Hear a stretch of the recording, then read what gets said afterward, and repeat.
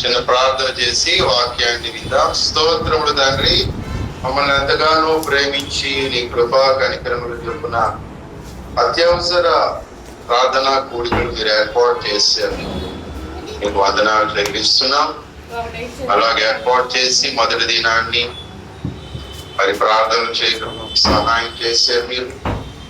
అలాగూ నాయన మరి రాత్రి కాలం కూడా కొంతమంది క్షేమాభివృద్ధి నిమిత్తం అయ్యా ఇగో మరి వారికి వారే ప్రేరేపింపబడి ప్రార్థన చేశారు. కొంతమంది ఇంటి వద్ద ప్రార్థన చేశారు. నీకు వందనాలు చెల్లిస్తున్నా. ఇది నీ కార్యం కాబట్టి అయ్యా నీ బిడ్డలు ప్రార్థన చేయడానికి రాగలిగారు. అలాగే ఈ రెండవ దినం కూడా మేము ప్రార్థన చేసి ఈ సంఘ విడుదల కొరకును ఇతర సంఘాల విడుదల కొరకు మేము ఎవరి కొరకు అయ్యా బంధకాలు ఉన్నవారు అనుకుంటున్నాం, కానీ వచ్చినటువంటి మాకు కూడా తెలియని బంధకాలు ఎన్నో ఉన్నాయి. వాటి నుంచి కూడా ప్రభువా మేము విడుదల పొందుట కొరకు మమ్మల్ని దర్శించమని చదివిన వాక్యాన్ని మీకు అప్పగిస్తూ మమ్మల్ని కూడా మీకు అప్పగించుకుంటున్నాం. మా శరీర ప్రాణాత్మలు ప్రభువాని గాయపడిన హస్తంతో పుట్టి స్వస్థత పరిచి స్వస్థ బుద్ధి స్వస్థ మనస్సు అనుగ్రహించి వాక్యాన్ని వినుటకు గ్రహించుటకు సహాయం చేయండి. మాకు మేలుకరముగా ఉంటున్నట్టు మీరు వాక్యాన్ని ప్రభావ దీవించి అనుగ్రహించినందుకు ఎందుకు నీ దాస్తురాలు పరిశుద్ధపరిచి నీ కృప చేత బలపరచండి. ఈ పవిత్రమైన కార్యాన్ని భంగపరచడానికి మళ్ళీ ప్రయత్నపడుతున్నటువంటి దుష్టుని యొక్క ప్రయత్నాలు వాడిని యేసునామములో బంధిస్తున్నాయి. అలాగూ మాకు విడుదల యేసునామములో ప్రకటిస్తున్నాం తండ్రి. పరిశుద్ధాత్మ దేవ నీవే ఈ మందిరంలో ఉన్న వారికి, అలాగే ముగ్గురు మీట్లో ఉన్న వారికి దర్శన భాగ్యం అనుగ్రహించి నడిపించండి. ప్రతి ఆనందంలో అయ్యా అయిపోతండి నాయన శ్రద్ధగా జ్ఞానం కలిగి ప్రార్థనలో సహాయం చేసి మీరే మహిమ పొందు.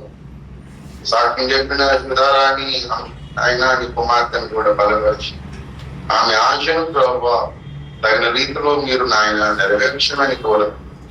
మా ప్రభువుని యేసుక్రీస్తునామమున స్తుతిస్తూ ప్రార్థిస్తున్నాం తండ్రి. ఆమేన్ ఆమేన్. దేవునికి స్తోత్రం. పిల్లలు చదివిన లేఖన భాగం మనకెంతో చివరి దినాల్లో అత్యవసరమైనటువంటి లేఖన భాగం. తిమోతికి అప్పుడే అవసరమైనటువంటి లేఖన భాగం అని హెచ్చరిక. తిమోతి ఎంతో నమ్మకమైన దైవజనుడు, ఎంతో పౌలు భక్తునికి ప్రియ కుమారుడు అని ఆ మొదటి అధ్యాయం మొదటి వచనంలో చెప్తాడు. అతడు ప్రియ కుమారుడు మాట. ఆ ప్రియ కుమారుడు అనేటువంటి ఆ వ్యక్తి మొదటి పత్రికలో నిజమైన కుమారుడు అని తెలియపరచబడ్డాడు. నిజమైన కుమారుడు ప్రియ కుమారుడు అవుతాడు. మొదటి పత్రికలో నిజమైన కుమారుడు, రెండవ పత్రికలో ప్రియమైన కుమారుడు. యేసయ్య నిజమైన దేవుడు కదా, అలాగే యేసయ్య ప్రియ కుమారుడు. యేసయ్య నిజమైన దేవుడు అని బైబిల్ అంటుంది కాబట్టి యేసయ్య మనకు ప్రియమైన దేవుడు అయిపోయాడు, మనకు ప్రియమైన వ్యక్తి అయిపోయాడు. అలాగే ప్రియులరా నిజమైనటువంటి ప్రియమైనటువంటి తన ఆత్మీయ కుమారుడు మరెన్నో విషయాలు అతని గురించి గొప్ప గొప్పగా పౌలే రాసి పెట్టాడు. అయినప్పటికీ కూడా చివరి దినాల్లో ఉన్నాం కాబట్టి అతనికి కూడా కొన్ని హెచ్చరికలు అవసరమయ్యాయి. అందులో ఒకటి మనం చదువుకున్నది. నిజానికి ఆ హెచ్చరిక తనకు మాత్రమే కాదు, పౌలుకి నిజమైన కుమారుడుగా, పౌలుకి ప్రియమైన కుమారులుగా ఉన్న వారికి, ఉండబోతున్న వారికి, ఉండే ప్రయత్నాల్లో ఉన్న వారికి కూడా ఆ హెచ్చరిక అనేది అవసరం. హెచ్చరికలు ఎవరికి? ఏమండి? నిజమైన ప్రియమైన కుమారులకి హెచ్చరిక, లేకపోతే దుష్టుడైన కుమారునికి కాదు కదా. అసలు ఆ పత్రిక కేవలం తిమోతికే కాదు. మొదటి పత్రికలో చెప్తున్నాడు, 3వ అధ్యాయం, మొదటి పత్రిక 3వ అధ్యాయం ఆ యొక్క మరి 15వ వచనంలో, నేను ఆలస్యం చేసిన ఎడల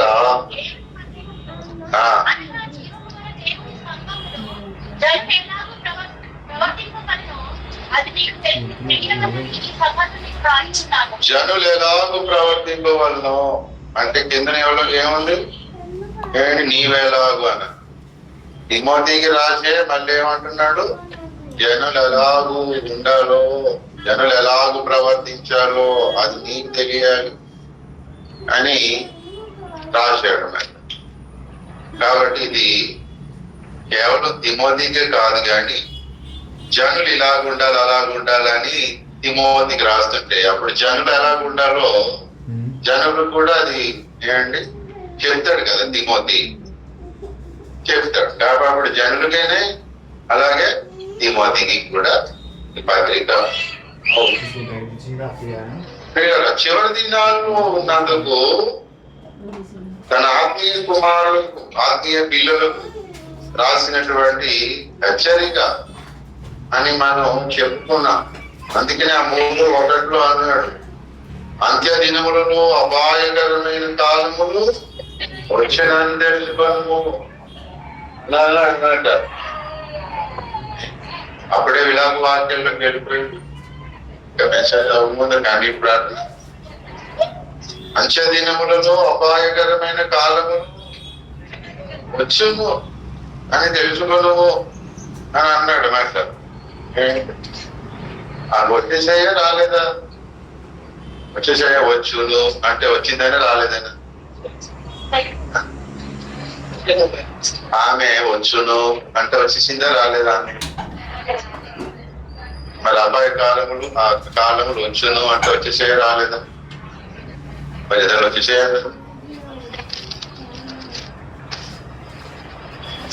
అంత్యదినములలో అపాయకరమైన కాలములు వచ్చును అని తెలుసుకున్నాం అని సరే ఎలాగున్నాడంటే తిమోతి బిగినింగ్ లో ఉన్నాడు. ఆ చెప్పే లక్షణాలు కలిగిన వ్యక్తులందరూ ముద్రించలేరా? ఉన్నారు. వాళ్ళు ఉంటే మరి అప్పుడు లేవా? అవి అపాయకరమైన కాలాలు అప్పుడు కావా? అంటే కాలము అని ఎప్పుడు అంటాం? ఒకదాన్ని కాలము అని ఎప్పుడు అంటాం? కొన్ని ఎండాకాలం, వేసవికాలం, శీతాకాలం, వర్షాకాలం అని అంటే అర్థం ఏంటి? ఆ కాలంలో ఎక్కువ శాతం అది ఉంటది కదా. చలికాలం అంటే చలి ఎక్కువ ఉంటే చలికాలం అంటాం. చలికాలంలో ఎండ ఎక్కువైంది, ఎండాకాలంలో నేను చలి ఎక్కువైపోయింది, దాన్ని ఏమన్నాను? కాలం కూడా ప్రస్తుతం వెళ్ళిపోయింది అన్నారు, కాలం కూడా చెడిపోయింది అని. వర్షాకాలం అంటే ఏమవుతుంది? మ్యారేజ్ సీజన్ అంటారు కదా. అంటే ఏంటప్పుడు అన్ని కూడా మ్యారేజ్ పెళ్లిళ్ళు అవుతారు. అంటే అంత్య దినాలు అపాయకరమైన కాలంలో వచ్చినంటే ఆ కాలం అంతట్లో మనుషులు అలిగి ఉంటారు. మరి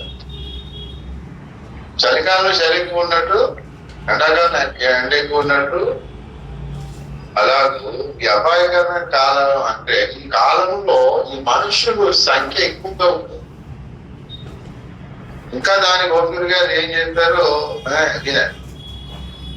జస్ట్ మనం ఇక్కడ సందర్భాన్ని బట్టి చెప్తాం. ఒకనొక టైంలో కాలంలో మంచోళ్ళు ఉండేవారు, ఎవరో చెడ్డవాళ్ళు తక్కువ. పూర్వకాలంలో దొంగలు అనేవాళ్ళు చాలా తక్కువ. అది కూడా అర్ధరాత్రి చేసేవాడు. వాడికి నిద్ర చేసింది అనుకోండి, మన దొంగలు మానేసేవాడు. కానీ ఇప్పుడు దొంగలు పగలు ఉన్నారా లేదా? సైబర్ నేరగాడు వాళ్ళ ఇంట్లోనే ఉండి మొత్తం దొంగలను దోచేసుకుంటారు. బ్యాంకులు సోకులు కదా.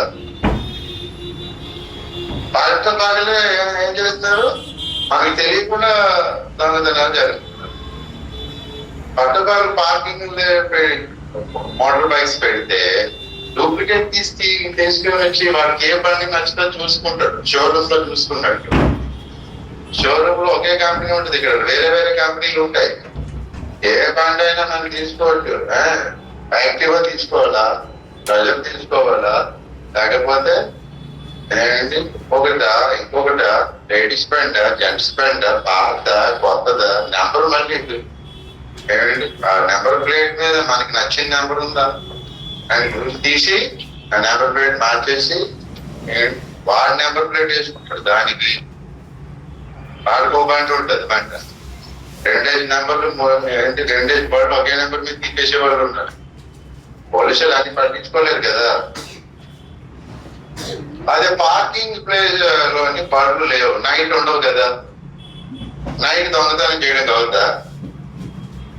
ఆ వాహనాలు దొంగతనం చేయాలంటే ఎప్పుడు చేయాలి? వాడు పగలే దొంగతనం చేశారు. ఈ దొంగతనం అనేది రకరకాలు చేస్తారు, ఆ తర్వాత తెలుస్తుంది కదా. కాబట్టి ఈ వాహనాల దొంగతనం అనేది ముందులో ఉండేది కాదు. ఇంటి దగ్గర వాహనాలు పెడితే పట్టుకుపోయారు. నేను వైద్యులు ఉన్నప్పుడు వినేవాడిని, వాహనం ఇంటి దగ్గర పెడితే రాత్రులు అదేమో ఇద్దరు నేను తోడు పట్టుకుని పోయేవాడు. ఒకడు నడిపిస్తూ ఉంటాడు, ఒకడేమో వెనక ఎత్తాడు మాట. ఎందుకంటే చేస్తారు కదా, దానికి ఏమో తీసుకెళ్తాడు ఏదో. కానీ ఇప్పుడు అదొక డూప్లికేట్ దాకా చైన్ కీ తెస్తాడు, మరి షర్ట్ తీసి అక్కడే మాట్లాడుకున్నట్టు ఉంటారు, ఇద్దరు కలిసిపోతారు. ఆడు ఏం చేసినాడో తెలియదు. అలాగూ పగలే ఎట్లా మధ్యాహ్నమే వాడికి నచ్చిన టైంలో వస్తాడు, వాళ్ళకి ఈ టైం అని ఏమి ఉండదు. మన చిన్నప్పుడు దొంగతనం అంటే రాత్రి వచ్చేవాడు, ఇప్పుడు వాడికి నచ్చిన టైం వస్తాడు. చక్కగా ఫ్రెష్ గా తిని నేను నిద్ర ఎక్కకపోయి హాయిగా ఉన్నాను, ఆరోగ్యంగా ఉన్నాను అనుకుంటూ వెళ్తాడు. కాబట్టి ఈ కాలం ఏమైపోయింది? దొంగల కాలం అయిపోయింది. రకరకాలుగా. కాబట్టి ఈ చివరి దినాల్లో ఈ కాలం ఎక్కువ పిల్లల అవే జరుగుతూ ఉంటాయి. అనగా తిమోతికి ఏమేమి చెప్పాడో, ఎవరెవరి గురించి చెప్పాడో ఎక్కువ శాతం వాళ్ళే ఉంటారు. వాళ్ళు కూడా ఎక్కడ ఉంటారు? మళ్ళీ సంఘములో ఉంటారు. కాబట్టి నువ్వేం చేయాలి? నువ్వు సంఘములో ఉంటారు కాబట్టి ఆ సంఘములో ఉన్న వారికే నువ్వేం కావాలి? ముక్కుడు కావాలి అని చెప్పాడు మనకి. అందులోని ఆ 3వ అధ్యాయం 2వ పత్రిక 3వ అధ్యాయం 2వ వచనం నుంచి ఎన్నో వ్యక్తుల లక్షణాలు లేదా వ్యక్తుల గురించి చెప్పుకుంటూ ఆ 4వ వచనంలో చెప్తాడు, ద్రోహులు ఎక్కువ ప్రేమించు వారు ఉంటారు అన్నాడు కదా. అందులో ఒకడు ఎవరు? 2వ వాడు ఆ 4వ వచనంలో మూర్ఖులు ఉన్నారు. ఆ మూర్ఖులకి కూడా నువ్వేమైపోవాలి?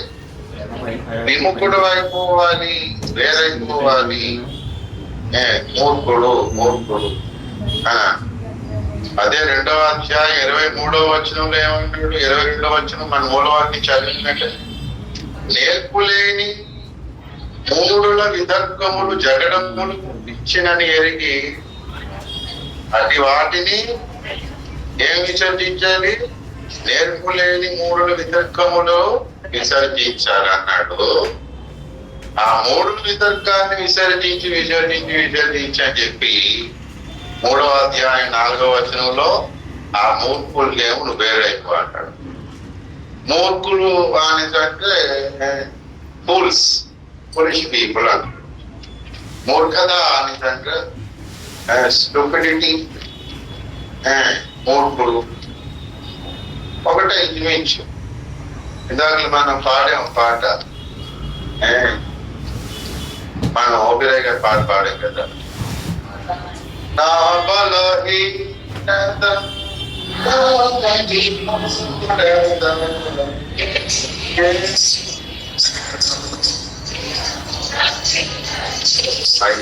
తెలిసాక మూర్ఖత అనేది ఉంటదనే తెలుసు. అయితే ఆ మూర్ఖత మూఢత అనేది చిన్నప్పుడు ఉండేది వేరు, కొంత జ్ఞానం కలిగినప్పుడు వేరు, ఆ తర్వాత ఏమో స్వార్థం అహం పెరిగినప్పుడేమో వేరు అని దేవునికి తెలుస్తున్నట్టు. మూర్ఖత్వం అనేది మూఢత అనేది బాల్యం నుండే ఉంటది, పెద్ద అయ్యాక ఉంటది, ముసలయ్యాక కూడా ఉంటది, ఎప్పుడు ఉంటది. ఆ మూర్ఖత్వంతోనే ఆ మూఢతతోనే మనం ఏం చేస్తుంటాం, రక్షణలోకి వస్తాం లేదా. అయితే ఆ రక్షణలోకి వచ్చినప్పుడు మనకున్న మూర్ఖత వేరు, రక్షణలోనికి రాని వారి మూర్ఖత వేరు. పేతురు భక్తుడు అంటాడు, పేతురు భక్తుడు మరి సువార్త చెబుతూ 2వ అధ్యాయం అపోస్తలుల కార్యములు 2వ అధ్యాయం 40వ వచనం చూడండి.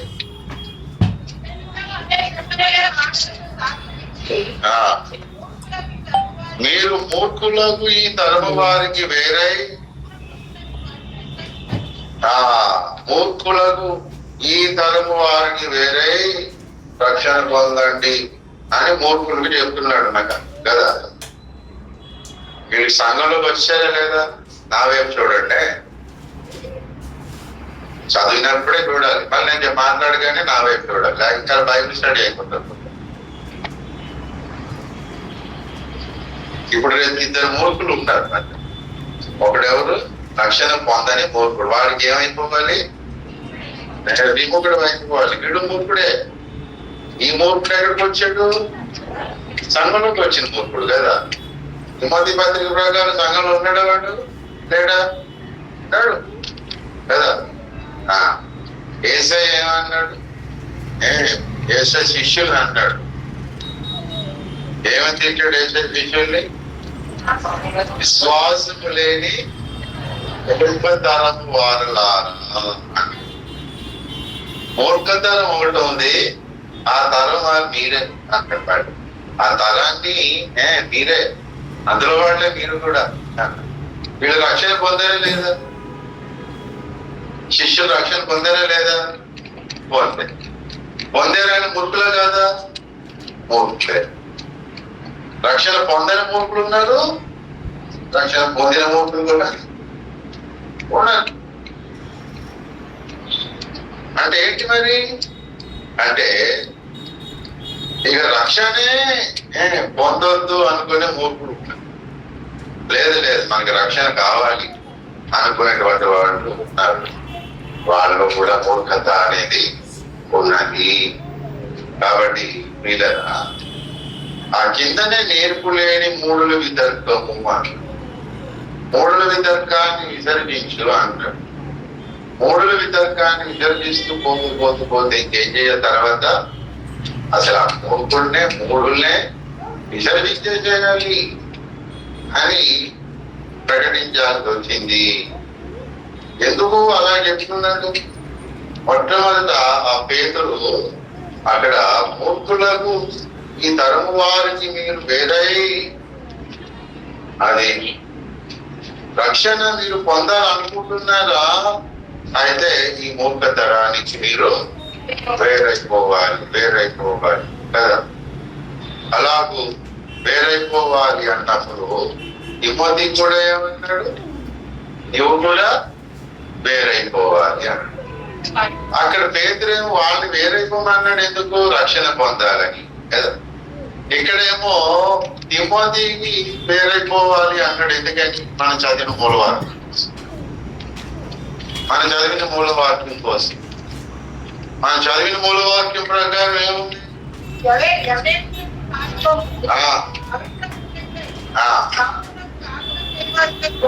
ప్రభువునకు ప్రార్థన చేసేవాడు ఉన్నారు. అలా ప్రార్థన చేసే వారితో నీతి, విశ్వాసము, ప్రేమ, సమాధానమును వెంటాడాలి.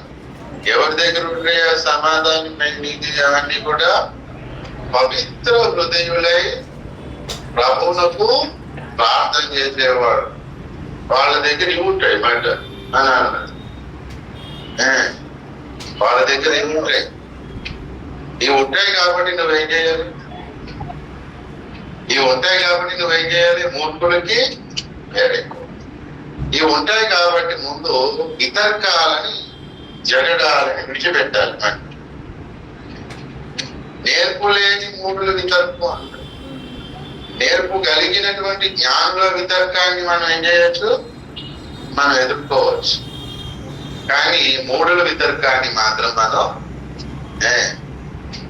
2-3 సార్లు వాడు మరి మూడ వితర్కాన్ని వ్యక్తపరుస్తున్నాడు అనుకోండి, అప్పుడు మనం చూసి వీడికి అర్థం అవ్వట్లేదు అని కాసేపు వీడిని వదిలేయమంటే కాసేపు వదలాలి. మళ్ళీ ఎప్పటికైనా కలుస్తాడు లేదా తర్వాత 2-3 సార్లు మనం తర్కించిన తర్వాత అది నేర్పలేని మూడు విధత్వం అనుకోండి, మనం విడిచిపెట్టాలి. తర్కాన్ని కదా ఏమో అసలు మందే నేర్పలేని మూడు వితర్కమేమో, వాడితే రైట్ వితర్కమేమో. అయితే నేర్పులేని మూడు వితర్కం యొక్క రిజల్ట్ కూడా చెప్పాడు కదా. అవి ఏం చేస్తే జగడములు పుట్టించదు. జగడములు పుట్టించదు. జగడాన్ని పుట్టించేదైతే నేర్పులేని మూడు వితర్కం. దానికి సరి జగడము లేదనుకోండి మనిషి వితర్కం. అలాగూ జగడములు పుట్టించే మూర్ఖ తర్కాన్ని ఎవరైనా చేస్తూ ఉంటే వాడిని మన మూర్ఖులు అని మనం విగరించుకొని వానికి దూరం అయిపోతే ఇక పవిత్ర హృదయుడై ప్రభువులకు ప్రార్థన చేసే వాళ్ళతో ప్రార్థన చేసుకో హాయిగా. ఆ తర్వాత కొన్ని లక్షణాలను మనం వెంబడించవచ్చు అన్నాడు. దానికి పేతురు భక్తులు 3 ఆశీర్వాదం చెప్పాడు. ఆ మూర్ఖులను మనం కానీ విజర్జిస్తే 2:40లో ఏమన్నాడు? రక్షణ కలుగుతుంది అన్నాడు కదా. మీరు మూర్ఖులకు ఈ తరము వారికి వేరైపోతే ఏం కలుగుతుంది? మొదట రక్షణ పొందుతాము. 41 చదవండి.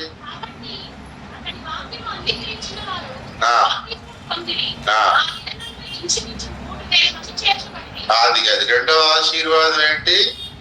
చేర్చబడుట. ముందు యేసులోనికి చేర్చబడుట మాట. యేసు శరీరంలోనికి చేర్చబడుతూ అవయవాలు అవుతాం. మనం నమ్మి బాప్తిసం పొందగానే సంఘంలోకి చేరటం, చర్చిలోకి మెంబర్ గా చేర్చబడటం కాదు. ఏదో శరీరంలోకి అవయవంగా చేర్చబడతాం. ఆ తర్వాత సంఘ సభ్యుడు అవుతాం, సంఘంలోకి చేర్చబడతాం, మనుషుల్లో కలిసిపోతాం అంట. ఆ తర్వాత ఏమండి ఈ తిమోతికి చెప్పింది జరగాలన్నమాట. మూర్ఖులు ఈ తరము వారికి వేరైతే ఈ లోకంలో ఉన్న తరం మూర్ఖ తరం. ఆ తరానికి వేరైతే 3 ఆశీర్వాదాలు. మొదటిదేమో రక్షణ అనుకున్నాం. 2వది చేర్చబడుట, క్రీస్తులోనికి చేర్చబడుట. అలాగే పరిశుద్ధుల సంఘంలోనికి మనుషుల దగ్గరికి చేర్చబడతాం. ఆ తర్వాత ఏమన్నాడు? అపోస్తలుల బోధ, సహవాసం, రొట్టె తింట, ప్రార్థన చేయడం, ఈ 4 ఉత్తమమైన విషయాల్లోనికి మనం వస్తాం లేదా అవి పొందుకుంటాం. అపోస్తలుల బోధ పొందుకుంటాం జీవితాంతం కూడా. జీవితాంతం ఇంకా ఈ సహవాసాన్ని పొందుకుంటాం. అపోస్తలుల బోధ కలిగిన సహవాసాన్ని పొందుతాం. ఆ సహవాసం పొందిన తర్వాత ప్రభు జీవం పొందుకుంటా ఉంటాం. తర్వాత ప్రార్థన చేయుట, అనే అనుభవాన్ని పొందుకుంటాం. సహవాసంలోనికి రాగానే ఏం చేస్తాం? ఇక ఏంటి సహవాసంలోకి రాగానే ఏం చేస్తాం? ఇక్కడేం అంతాక్షరి, పాటల కచేరి, లేకపోతే బట్టల వ్యాపారాలు, రోగులు మార్చుకోవడాలు ఎలాగేం జరుగుతుంటాయి. ఇక్కడ ప్రార్థన జరుగుతూ ఉంటది, ప్రార్థనకు పిలుపు వస్తూ ఉంటది, ప్రార్థన చేసేవారు వస్తూ ఉంటారు. ఆ ప్రార్థనలోకి నువ్వు రాగానే నువ్వేం చేయాలి? కళ్ళు మూసుకొని మోకరించండి అందరూ అని అనగానే ఏం చేస్తావు? చర్చ్ అంటే మొక్కలు వేయాలా? ఇంకేమనుకున్నారు? చర్చ్ అంటే మొక్కలు వేసి ప్రార్థన చేయాలి, ఇట్లా తిరగకూడదు, ఏంటా చూపులో నీకే పడుకున్నట్టుకున్నా లేవా? నిలబడదాం, మొక్కలు వేద్దాం, కూర్చుందాం, నిలబడదాం. ఇదంతా రిల్ మాస్టరా, ఇటు పాస్టరా నాకు చెప్పేసి ఇంకా మనిషిని తినడానికి ఉండనేవాడు. నాకు వీడికి అలవాటు అయిపోయిన తర్వాత కూడా ఎక్కడెత్తాడు, ఇంట్లోకి వెళ్ళాక కూడా మోకాలు వేస్తాడు, లేదంటాడు, కూర్చుంటాడు, పడుకుంటాడు, మళ్ళీ మోకాలు వేస్తా ఉంటాడు. లోకం ఏంటి? మూర్ఖతరం. లోకం వేరైపోతే ప్రార్థన అని. ప్రార్థన మనకి ఇష్టం రావలేదు అనుకో, అర్థం ఏంటి? మనం ఇంకా లోకం మూర్ఖతరంతో కలిసి ఉన్నామని అర్థం. మనకు ప్రార్థనకు రావట్లేదంటే అర్థం ఏంటి? అది చెప్పాలి. వాళ్ళు ఏమి ఇస్తారని చెప్పేసి ఏం భయపడలేదు. ఒకవేళ అది మనమైనా రావట్లేదు సాము. ప్రార్థనకు వచ్చారంటే అర్థం ఏంటి? మొక్కతనానికి, లోకానికి వేరైపోయిన కాబట్టి రాగలిగి. కొంతమంది ఏమో పనులు రాలేకపోయారు, పర్వాలేదు, వాళ్ళు వస్తారు ఎప్పుడైనా. నిన్న వచ్చినారు, నిన్న రానోడు కూడా ఈ రోజు కొంతమంది వచ్చారు. ఈ రోజు నిన్న రానోడు మళ్ళీ రేపు ఎక్కువ వస్తారు. మూడోదైనా ముచ్చటగా కదా ముగింపు. చాలా బిగింపు గట్టుకుంటది అనేసి. ఫస్ట్ ఏమో కడుపు పెట్టిపోయింది, రెండోదేమో 4 పెట్టిపోయింది రెండో రోజు, మూడోదేమో ముంచడం.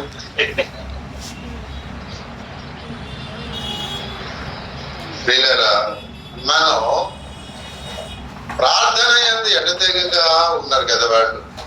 ఎడతెగగా మనం ఉండలేకపోతే అర్థం ఏంటి? లోకంలో ఉన్న మూర్ఖతలతో ఎక్కడో అటాచ్ అయిపోతున్నావు అని అర్థం మాట. అప్పుడప్పుడే కలవచ్చు కానీ, అప్పుడప్పుడే వాడిని కలవచ్చు కానీ, ఆ అప్పుడప్పుడు కలిస్తేనే చాలా పెద్ద ప్రళయం అయిపోతుంది. సర్పం సాతాను ఏదైనా తోటలకు రోజు వచ్చి తిన్నమ్మా, పండు తిన్నమ్మా, మా పండు తిన్నమ్మా, బుద్ధి తిన్నమ్మా, తినకపోతే ఎలాగమ్మా, పళ్ళు మాడిపోతున్నాయి, సాగుతా రేటు తగ్గు ఏమైనా వచ్చేది రోజు చెప్పిందా సర్పం. ఒక అర్ధగంట ప్రసంగం చేసి ఉంటది సర్పం, అంతే తగ్గిపోయి కూడా పోయి. ఆ సర్పం అనుకుంటుంది ఇంకా నేను ఇవ్వలేదు, నన్ను కూడా నోట్ వేసుకున్నది ఎంత అడుగుంటా. దానికేమో రోజు తరబడి సహవాసం అయింది వాళ్ళిద్దరికి. వచ్చేసారే అలాగూ పిల్లరా, ఒక మంచి పిండి ముద్దలోనికి పులిపిండి అనేది రోజు వేయదా? ఒకసారి అయితే పుల్లని పెరుగు చుక్క పాలలో, మంచి పాలలో రోజు వేస్తే అప్పుడు పెరుగు అవుతా. ఒకసారి వేస్తే జాగ్రత్త. అలాగే నాకు ఎప్పుడు చర్చ్ ఫ్రెండ్స్ మాకు బయట ఎక్కువ ఫ్రెండ్స్ ఉండదు. అప్పుడప్పుడు పెళ్లికి వెళ్తాం, అప్పుడప్పుడు వెళ్తుంటాం. అది చాలు. ఏంటి ఒక్కసారి పెళ్లికి వెళ్ళి అనుకో, కొంతమంది ఇక్కడికి దిగాలుగా ఉంటది భార్య. ఏమేంటే అది మంచి ముచ్చేలా నీకు మంచి ముంజల ఆహారం అంటే అంతకంటే విలువైన దేవుడు ఇస్తాడు. దేవుడు ఇస్తాడు, నువ్వేవాళ్ళంటే అదే బైబిల్ బోధ. ఎన్ని జ్ఞానములు, ఎన్ని బంగారములు కంటే మించినది దేవుని జ్ఞానం, వాక్యం అంటే చాలండి. ఇలా గొడవ అయిపోతాయి. ఒక్కసారి పెరిగితే కొంతమంది కళ్ళు జిగేయమంటే, ఒక్కసారి షాప్కి వెళ్తారు కళ్ళు జిగేయమనిపిస్తాడు కదా ఆ లైటింగ్ లో.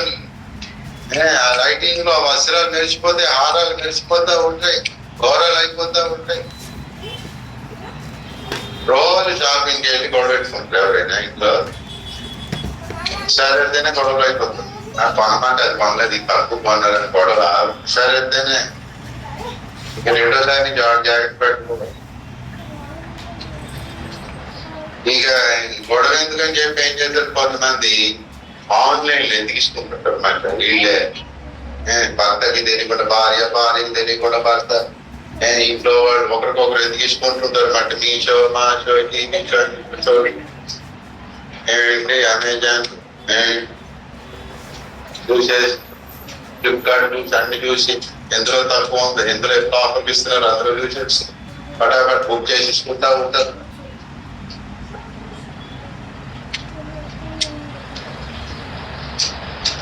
ఒక్కసారి వెళ్తేనే మాయ అవుతుందా లేదు? ఏదైనా తోటలో దేవుడికి సైతాన్ని అడిగాడు, ఒక అర్ధగంట ఒక అర్ధగంట నీలా నేనే రోజు వెళ్ళలేను అక్కడికి, నాకు బోర్డు పనులు ఉంటాయి, నేను రోజు వెళ్ళను, కానీ ఒక్క అర్ధగంట సమయం నాకు జాబ్ అంతే. ఆ అర్ధగంట నిన్న ఏమైపోయింది ఆమె. కొంతమంది ఒకేసారి శుభం తింటారు, 10 నిమిషాలు అంటే మారి. అలా పిల్లరా మనకి బంధువులు, స్నేహితులు మనకి రోజు ఉండగా లేదు, ఒక్కసారి చాలు పని చెడిపోవడానికి. ఒక్కసారి చెడిపోతాడు అంతే. నీ ప్రార్థన సహవాసం, ఈ మందిర సహవాసం ఏమైపోతుంది అంతే, చెడిపోతాడు. ఎన్నాళ్ళు ఆదాముతో ఉన్నది, ఈనాడు దేవుడు రోజు వస్తా ఉన్నాడు అవ్వ ఆదాం దగ్గర. ఏమైంది మనుషులు అంతే పిల్లరా. కాబట్టి ప్రార్థన యందు నువ్వు ఎడతెగగా ఉండాలి అని అన్నాడు. మన లోకంలోకి వెళ్ళి వస్తా ఉంటాం కదా, మళ్ళీ ప్రార్థనా పట్టు దగ్గరికి రావాలి. నా ప్రార్థనా పట్టు దగ్గరికి వచ్చాక ఈ అపోస్తల కార్యంలో ఈ 3 ఆశీర్వాదాల తర్వాత తిమోతికి చెప్తున్నాడు, మనకు చెప్తున్నాడు. అప్పుడేమో సంఘం వెలుపెట్టుకున్న మూర్ఖుడు వేరైపోవాలి కదా, ఇప్పుడేమో ఆ మూర్ఖుడు సంఘంలోనే తయారవుతారు, సంఘంలోనే తయారవుతారు. కారణం ఏంటంటే ఏదైనా తోటలో ఎదురున్నారన్నమాట, ఆదాము హవ్వ. అందులో మూర్ఖులు ఎవరు? ధైర్యంగా చెప్పండి, పురుషులు. స్త్రీలు చెప్పకూడదు ఇప్పుడు. ఎవరు పేరు పెట్టేస్తారు స్త్రీ అని అంటున్నారు కదా. పోలేండి హవ్వ, ఆమె స్త్రీయో మగోడో లేకపోతే ఇంకెవరు. ఇప్పుడు ఆదామేమో మూర్ఖుడుగా, హవ్వేమో మూర్ఖుడుగా కదా.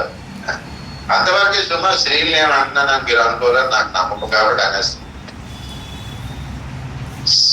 హవ్వ మూర్ఖుడు కాదు, ఆదామేమో జ్ఞానవంతుడు, మూర్ఖుడు కాదు. మరి ఇప్పుడు ఆదాం ఏం చేయాలి? ఆదాం ఏం చెయ్యాలి? కాదేదో బాగుంది సార్ అని అన్నట్టు కదా. ఏం చెయ్యాలి ఆదాం? తిమోతి పత్రికలోకి వెళ్ళిపోవాలా ఏమండి? అపోస్తల కార్యం దగ్గరికి పోవాలా? ఇప్పుడు భార్యను వదిలేయాలి. దేవుడు రాలేదు. ఈ లోపు జరుగుతున్న ఒక నాటకం అనుకోండి, మనమే ఉన్నాం, మనం ఈ 2 లేఖనాలు పట్టుకుందాం. ఇప్పుడు ఏం చేయాలి? ఇది మూర్ఖురాలుగా ప్రవర్తించింది కాబట్టి ఏం చేద్దాం? ఆ ఏదైనా తోటలోనే మీ ఆయన ఉన్నాడు అనుకో, వాడే పుచ్చుమంట తిన్నాడు అనుకో, అప్పుడు మీరు ఏం చేస్తారు లేడీస్? ఏదైనా తోటలో మీ ఆవిడ ఉంది, మూర్ఖంగా ప్రవర్తించింది, పండు తినేసింది, అప్పుడు మీరేం చేస్తారు? ఊహించుకోవాలి. అక్కడ ఆదాము ఇవ్వాలంటే నేను నా భార్య 10 చేయాలి అని ఊహించుకోవాలి. ఎంత తెలిసిన మీ ఇంట్లోకి ఏదైనా తోట అయినప్పుడు అక్కడికి దుష్టుడితో రూపంలో వస్తాడు మాట. పాము రాదు, ఎలా మాట్లాడు, పాము దానికి అయిపోయింది. అలాంటి మనిషి వస్తాడు మాట. సర్ప సంతానం అన్నాడు కదా, వాడు వస్తాడు, ఆమె వస్తాడు. ఇదట అదట ఇదట అదట అంటారు. అంటే వీడితో ఆనక అప్పుడు ఏం చేస్తారు? ఆమె ఇదిగోండి అట, అదిగోండి అట అని ఆమె చెప్పిందిట అని అంటారు. అప్పుడు ఏం చేయాలి? ఇప్పుడు ఏదైనా చోట క్రియేషన్ అంటారు మీ ఇంట్లోనే. అది చెప్పేసి పోయాడు కదా. ఈమె పట్టుకొచ్చింది కదా పండు, ఈమె కూడా ఏదో ఆఫర్ పట్టుకొస్తుంది. ఈమె కూడా అక్కడ ఏదో కాగితం పేపర్ ఇచ్చాడు మాట. ఒకడు పోతే 10 జాతులన్నీ చూపిస్తాడు మాట. అది కాగితం పట్టుకొచ్చి ఏదో ఫోన్ పట్టుకొచ్చింది, అందులో ఆఫర్ ఉన్నాయి, ఇంతే కదా. అప్పుడు ఏం చెప్పారు? ముందు ఏం చేయాలంటే వేరైపోకూడదు కదా. ముందు ఏమన్నాడు పౌలు తిమోతితో? నేర్పు లేని మూడుల వితర్కమును విసర్జించాలి. ముందు వితర్కాన్ని విసర్జించాక 2-3 సార్లు చెప్పినా అదే వితర్కాన్ని పాటిస్తే అప్పుడు ఏం చేయాలి? ఆ వ్యక్తిని విసర్జించాలి. ఆ వ్యక్తిని విసర్జించాలి. ఇప్పుడు అదే తర్కాన్ని పట్టుకొచ్చారు అనుకోండి, సంఘంలోకి ఇంట్లోకి తీసుకొచ్చారు. అప్పుడు ఏం చేయాలి? ముందు ఆ తర్కాన్ని మనం చక్కగా ప్రేమతో వేరేగా చెప్పి అవసరమైంది చెప్పి ఖండించాలి మాట. ప్రార్థన చేయాలి. ఒప్పుకుంటే సరే, లేదనుకోండి మూర్ఖురాలు అయిపోయింది. అప్పుడు ఏం చేయాలి? నేను వేరైపోవాలంటే అంటే ఇప్పుడు విడాకి తీసుకోవాలి కదా. వేరైపోవాలంటే ఏంటి? ఇదే అవకాశం అని చెప్పేసి లేడీ చంద్రముఖికి పోవాలి.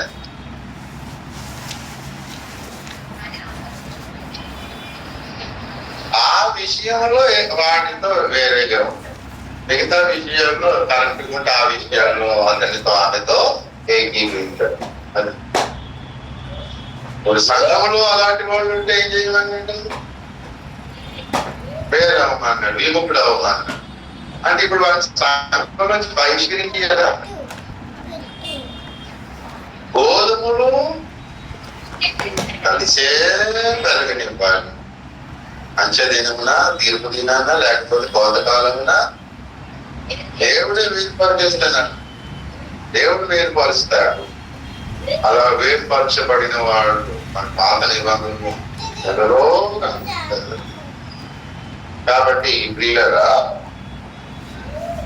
మనం ప్రార్థన కొరకు అలా ప్రార్థన చేస్తున్న వారి దగ్గర విలువైన అంశాలు ఉన్నాయి, విలువైన ఏంటో దీవెనలు ఉన్నాయి, ఆశీర్వాదాలు ఉన్నాయి అని చెప్పాడు. నీతి, భక్తి, ప్రేమ, సమాధానం ఇవి ఎంతో విలువైన. నువ్వు ఎంత ఎదిగినా కూడా వాళ్ళ దగ్గర అవి వెంబడించి కొనుక్కోవాలి. అవి వెంటనే దొరకవాలి. అవి వెంబడించాలి. వాళ్ళు వెంబడిస్తా నీకు అవి దొరుకుతాయి. కాబట్టి ఈ పనికి ముందుకోవాలి. మరి ముందు అతనికి ప్రార్థన అనేది ఇష్టం. తిమోతికి ముందు ప్రార్థన అనేది ఇష్టం. ప్రార్థించే వారి దగ్గర ఏ ఉన్నాయి? ప్రార్థన అంటే ఇష్టం ఉండదు, ప్రార్థించేవారంటే అప్పుడు ఇష్టం ఉండదు. ప్రార్థించేవారు ఇష్టం కానప్పుడు వాళ్ళ దగ్గర ఉన్నటువంటి ఈ ఆశీర్వాదాలు ఎలా పొందుతాడు? ఇక్కడ సాతాను ఏం చేశారంటే మనల్ని మూర్ఖులు చేసి వీళ్ళని దూరం ఉంచాలనుకుంటాడు. మరి ఇలా ప్రార్థన చేసేవారిని దూరంగా ఉంచాలి. ప్రార్థన చేసే వారితో మనం దూరంగా ఉండాలి అని దుష్టుడు ఏం చేస్తాడంటే మనల్ని మూర్ఖులుగా చేయాలనుకుంటాడు. మనల్ని మూర్ఖులుగా చేయాలనుకుంటాడు. మనకు బాగా తెలుసు, సౌలు రాజు అతను ఒక మూర్ఖుడు మాట. చూడండి, 1 సమూయేలు గ్రంథం 15వ అధ్యాయం మొదటి సమూయేలు 15వ అధ్యాయం 23వ వచనం. తిరుగుబాటు చేయుట స్తోత చెప్పుట పాపముతో సమానం. మూర్ఖతను అగపరచుట మాయా విగ్రహము దేవతలను పూజించుటతో సమానము. యెహోవా ఆజ్ఞను విసర్జించు కనుక చాలు. యెహోవా ఆజ్ఞను విసర్జించడానికి ఉన్న ఒక లక్షణం ఏంటి? తిరుగుబాటుతో పాటు మూర్ఖతను అగపరచగానే యెహోవా దీవించిన రాజుగా ఉండడానికి అర్హుడు అయిపోయాడు. మూర్ఖతను అగపరచాడంటే ఏం చేశాడు? తన విషయాన్ని బట్టి తాను ఏం చేశాడు? మూర్ఖత అగపరచడం అంటే సమూయేలు చెప్పాడు, నువ్వు అమాలేకీయుల మీద యుద్ధంకి వెళ్ళి ఆ యుద్ధానికి వెళ్ళి ప్రజలను, పశువులను, పిల్లలు, స్త్రీలు అని ఎవరిని చూడకండి, ఏం చేయాలి? అందరినీ కూడా నీవు హతము చేయాలి అని ఆ 15వ అధ్యాయం 3వ వచనంలో చెప్పాడు కదా. కాబట్టి నీవు పోయి కనికరింపక అమాలేకీయులను హతము చేయించు.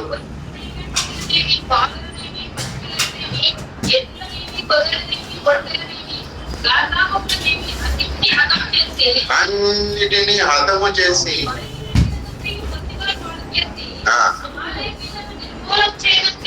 అది గారు నువ్వు కనికరింపక హతము చేయాలి అంటే సౌలు ఏం చేశాడు? 9వ వచనంలో సౌలును జనులను కూడి అగకు అంటే రాజుని గొర్రెల్లో, ఎడ్లల్లో కొబ్బిన గొర్రె పిల్లలు మొదలైన వాటిలోని మంచి వాటిని నిర్మూలము చేయక కడగా నుంచి అది రాజు ఉంచాడు. రాజు లాంటి పశువుల్ని కూడా ఉంచాడు, స్త్రీలను ఉంచాడు, ఇలా కొంతమందిని ఉంచేశాడు. నువ్వు దేవుని ఆజ్ఞను పాటించలేదు అని అంటే తనకి ఏది అనుకూలమో అది చేశాడు. తనకి ఏం అనుకూలమో మంచి వాటిని బ్రతకనివ్వడం, చెడ్డవాటిని నాశనం చేశాడు. కానీ వచ్చిందేంటి? ఆజ్ఞ అన్నిటికీ నాశనం చేసి కనికరించకూడదు అని కాదు, అలా చేయలేదు. అనగా అదేదైనా ఏ విషయంలోనైనా దేవుడు చెప్పినట్లు కాకుండా మనకి నచ్చినట్లు చేసుకుంటాం అనుకో. మనకి నచ్చినట్టుగా చేసుకుంటూ ఉంటే దాని అర్థం ఏంటి?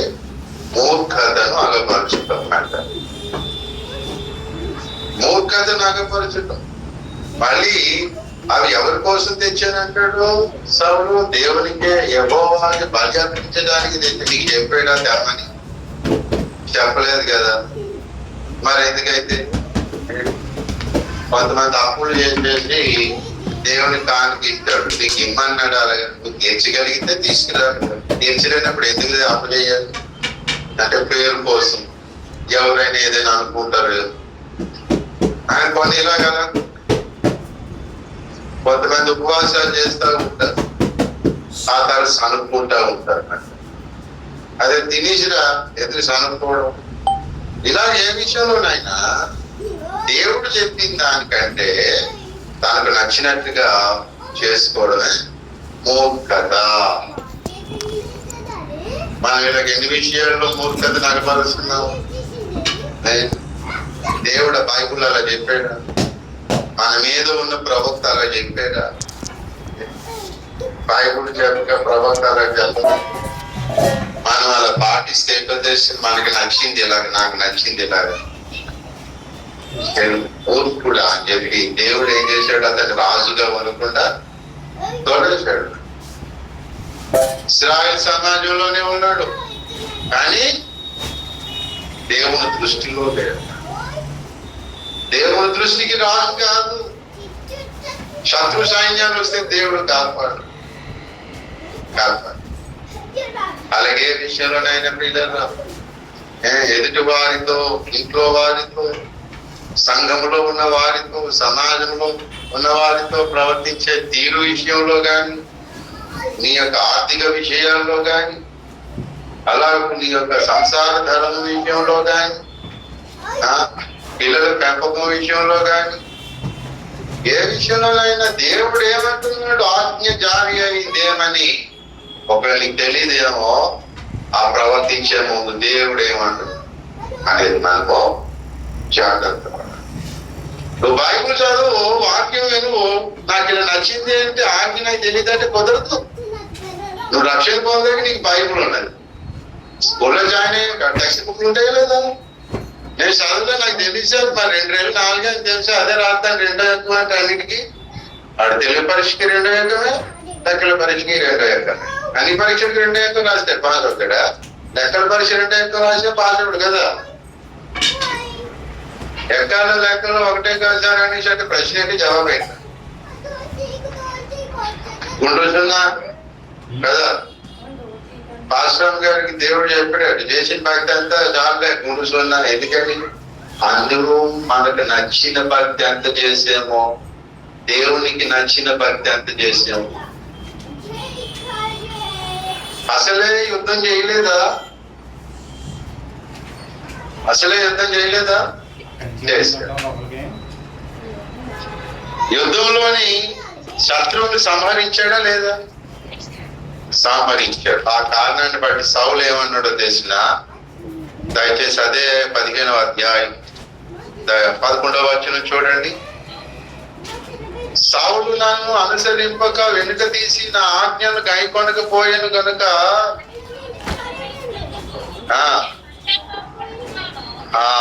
అని అన్నాడు. అయితే సౌలు ఏమంటున్నాడు 13వ వచనంలో, తరువాత అతడు సౌలు వద్దకు రాగా సౌలు యెహోవా ఆజ్ఞను నేను నెరవేర్చాడా? దేవుడేమో సమయానికి చెప్తున్నాడు, సౌలు నా ఆజ్ఞలను గాయకొనలేదు అని అన్నాడు. సౌలు ఏమంటున్నాడు? సమయం దగ్గరికి వచ్చి నేను మళ్ళీ యెహోవా ఆజ్ఞలను నెరవేర్చితిని అన్నాడు. దేవుడేమో అలా చెప్తుంటే నువ్వే ప్రభావం, నీ ఉద్దేశం ఏంటి? నువ్వు చెప్పడం ఏంటి? దేవుడు ఏమన్నాడు? నేను అందుకనే కొంతమంది ఇలాగనుకుంటే దేవుడు ఏమన్నాడు అనుకుంటే, దేవుడు ఏమో నీ ప్రార్థన చేస్తే కనిపించాడు, మాట్లాడాడు ఏమైంది అని అంటుంటాను. ఎందుకంటే ప్రార్థన చేసుకుంటే దేవుడు మాట్లాడతాడు కదా, కళల ద్వారా, దర్శనం ద్వారా, వాటి ద్వారా. ఏమో ఆయనతో దేవుడు ఏమన్నాడు, మళ్ళీ నా సోది సలహా ఎందుకని చెప్పి సలహా ఏమన్నాడు నీతో దేవుడు ఏమని అన్నాడు. అదేం కాకపోతే అప్పుడు వాక్య ప్రకారమైతే ఇది సలహా. నువ్వు ఒక బెస్ట్ పర్సన్ గా ఉండాలి, దేవుడికి నచ్చిన వ్యక్తిగా ఉండాలి అని చాలా ట్రై చేస్తారు. ఎందుకంటే మీరు దేవుని స్నేహితులు కావాలి, దేవుని సారూప్యంలోకి రావాలని నా తాపత్రయంలో ఒక మంచి ఆలోచన ఇవ్వాలనుకుంటాను. నాకు ఈ ఆలోచన నీకు నచ్చిన నచ్చకపోయినా అది కొన్నాళ్ళకి ఏసై రూపానికి అవసరం ఉంటుంది. అది ఎప్పుడుకో ఏసై రూపం తీసుకొస్తుంది, కానీ ముందు మాత్రం ఇప్పుడు నీకు ఇది అవసరం. ఇప్పుడు అకాలు రాస్తే తర్వాత ఏమవుతుంది? ఇప్పుడు అక్షరాభ్యాసం చేసి అకాలు రాస్తే ఏమవుతుంది? నీ చదువుకు ఉపయోగపడి పాస్ అయ్యి ఉద్యోగం వస్తుంది అప్పటికి కదా. మరి ఇప్పుడు అక్షరాలు దిద్దాలి లేదు? ఇప్పుడు ఆలోచిస్తాం, భవిష్యత్తులో నీకు అది ఉపయోగపడుతుంది అంటే ఇప్పుడు నచ్చదు. చాలా చెప్పావు అనుకున్నాం. నేనే కాదు, ఎవరు మంచి ఆలోచన దేవునికి నచ్చినట్టు చెప్తే నేనైనా మీరైనా దాన్ని పాటించాలి. అలాగూ పాటించకపోవడం, కొద్దిగా పాటించకపోవడం సౌలు చేసిన పని కదా. యుద్ధం చేశాడు, 1 నెల రోజుల పాటు యుద్ధానికి వెళ్ళిపోయాడు అన్నమాట. ఇల్లు వదిలేశాడు, భార్య వదిలేశాడు, పిల్లలు వదిలేశాడు. సరైన సుఖమైన జీవితం లేదు. యుద్ధానికి పోతే సుఖం ఉంటుందా? భయంతో ఉండాలి, వెళ్ళిపోకుండా నిద్రలో యుద్ధాలు పూనుకోవాలి. అంతాలు ఎగురుతుందో శత్రుతాలు ఎగురుతుందో తెలియదు. దేవుడు ఎవరి వైపు ఉన్నాడో తెలియదు. పనికిమాలినోడు కొంతమంది అందులోనే ఉంటే సౌలు మంచోడైనా మొత్తం సైన్యమే తోడిపోదు. ఏం జరుగుతుందో తెలియదు. దేవుడి మీద ఆధారపడి వెళ్ళాలి, సుఖం ఉండదు. ఎంత కష్టపడ్డాడు యుద్ధానికి పోయి, తీరా చూసి దేవుడితో ఏమనిపించుకున్నాడు? దేవుడితో ఏమనిపించుకున్నాడు? మనసాక్షి ఉందా? నా ఆజ్ఞలు పాటించలేదు సౌలు, ఎంత కష్టపడ్డాడు. ప్రభునందు ఈ ప్రయాసము ఇప్పుడు వ్యర్థమే కదా. భక్తి ఏమైపోయిందట? ఎందుకని? మనకు నచ్చినట్టుగా చేసుకోవడానికి మనలో ఉండే మూర్ఖత్వమే దానికి కారణం. సాతాను దాన్ని డెవలప్ చేయాలనుకుంటారు. ఎందుకో తెలిసిన, మనం కూడా రాజులుగా రాణులుగా ఈ లోకాన్ని శాసించే ప్రార్థన మన దగ్గర ఉండాలి. ప్రార్థన ఏం చేస్తుంది? శాసిస్తుంది కదా. ఇలాగా అలాగ చేయాలి దేవా, ఇలాగుండా దేశం ఇలా కావాలి, దేశం అలాగుండాలి, ఆ రాజుని దింపే ఈ రాజుని ఎక్కించో అని మనం పలుకుతూ ఉంటాం. అది శాసనం అయిపోతుంటది అన్నమాట. సైతాన్యుడికి తెలుసు, మీరు ప్రార్థన చేస్తే రాజులు దిగిపోతారు, పేదలు ఎక్కిపోతూ ఉంటారు, నా ఉద్దేశాలు నెరవేరు అని చెప్పి మన ప్రార్థనలు ఫలించకూడదు అని చెప్పి మనలో మూర్ఖత్వాన్ని పెంచుతూ ఉంటాడు. నాకు అంతే, మనలో మూర్ఖత్వాన్ని పెంచుతాడు. అది మనకి ఇప్పుడు సౌలు అంటే ఎవడు అనుకుంటున్నాడు. మరి నేను చెప్పుకున్న పేతురు కూడా ఏమనుకున్నాడు? మనం చెప్పుకున్న ప్రకారం నిన్న అతిసాక్షి అయిపోవాలనుకున్నాడు. మంచిదా కాదు అతిసాక్షి అయిపోవడం? మంచిదే. ఎవరికి మంచిది? అది పేతుడికి మంచిది కదా. దేవుడికి మంచిదా? ఇంకా పొడి సేవ చేయాలా? లేదు, చేయాలి. ముందు కూడా ఒక దర్శనం వచ్చింది. అందులో అపవిత్రమైనవి పవిత్రమైనవి అన్ని ఉన్నాయి.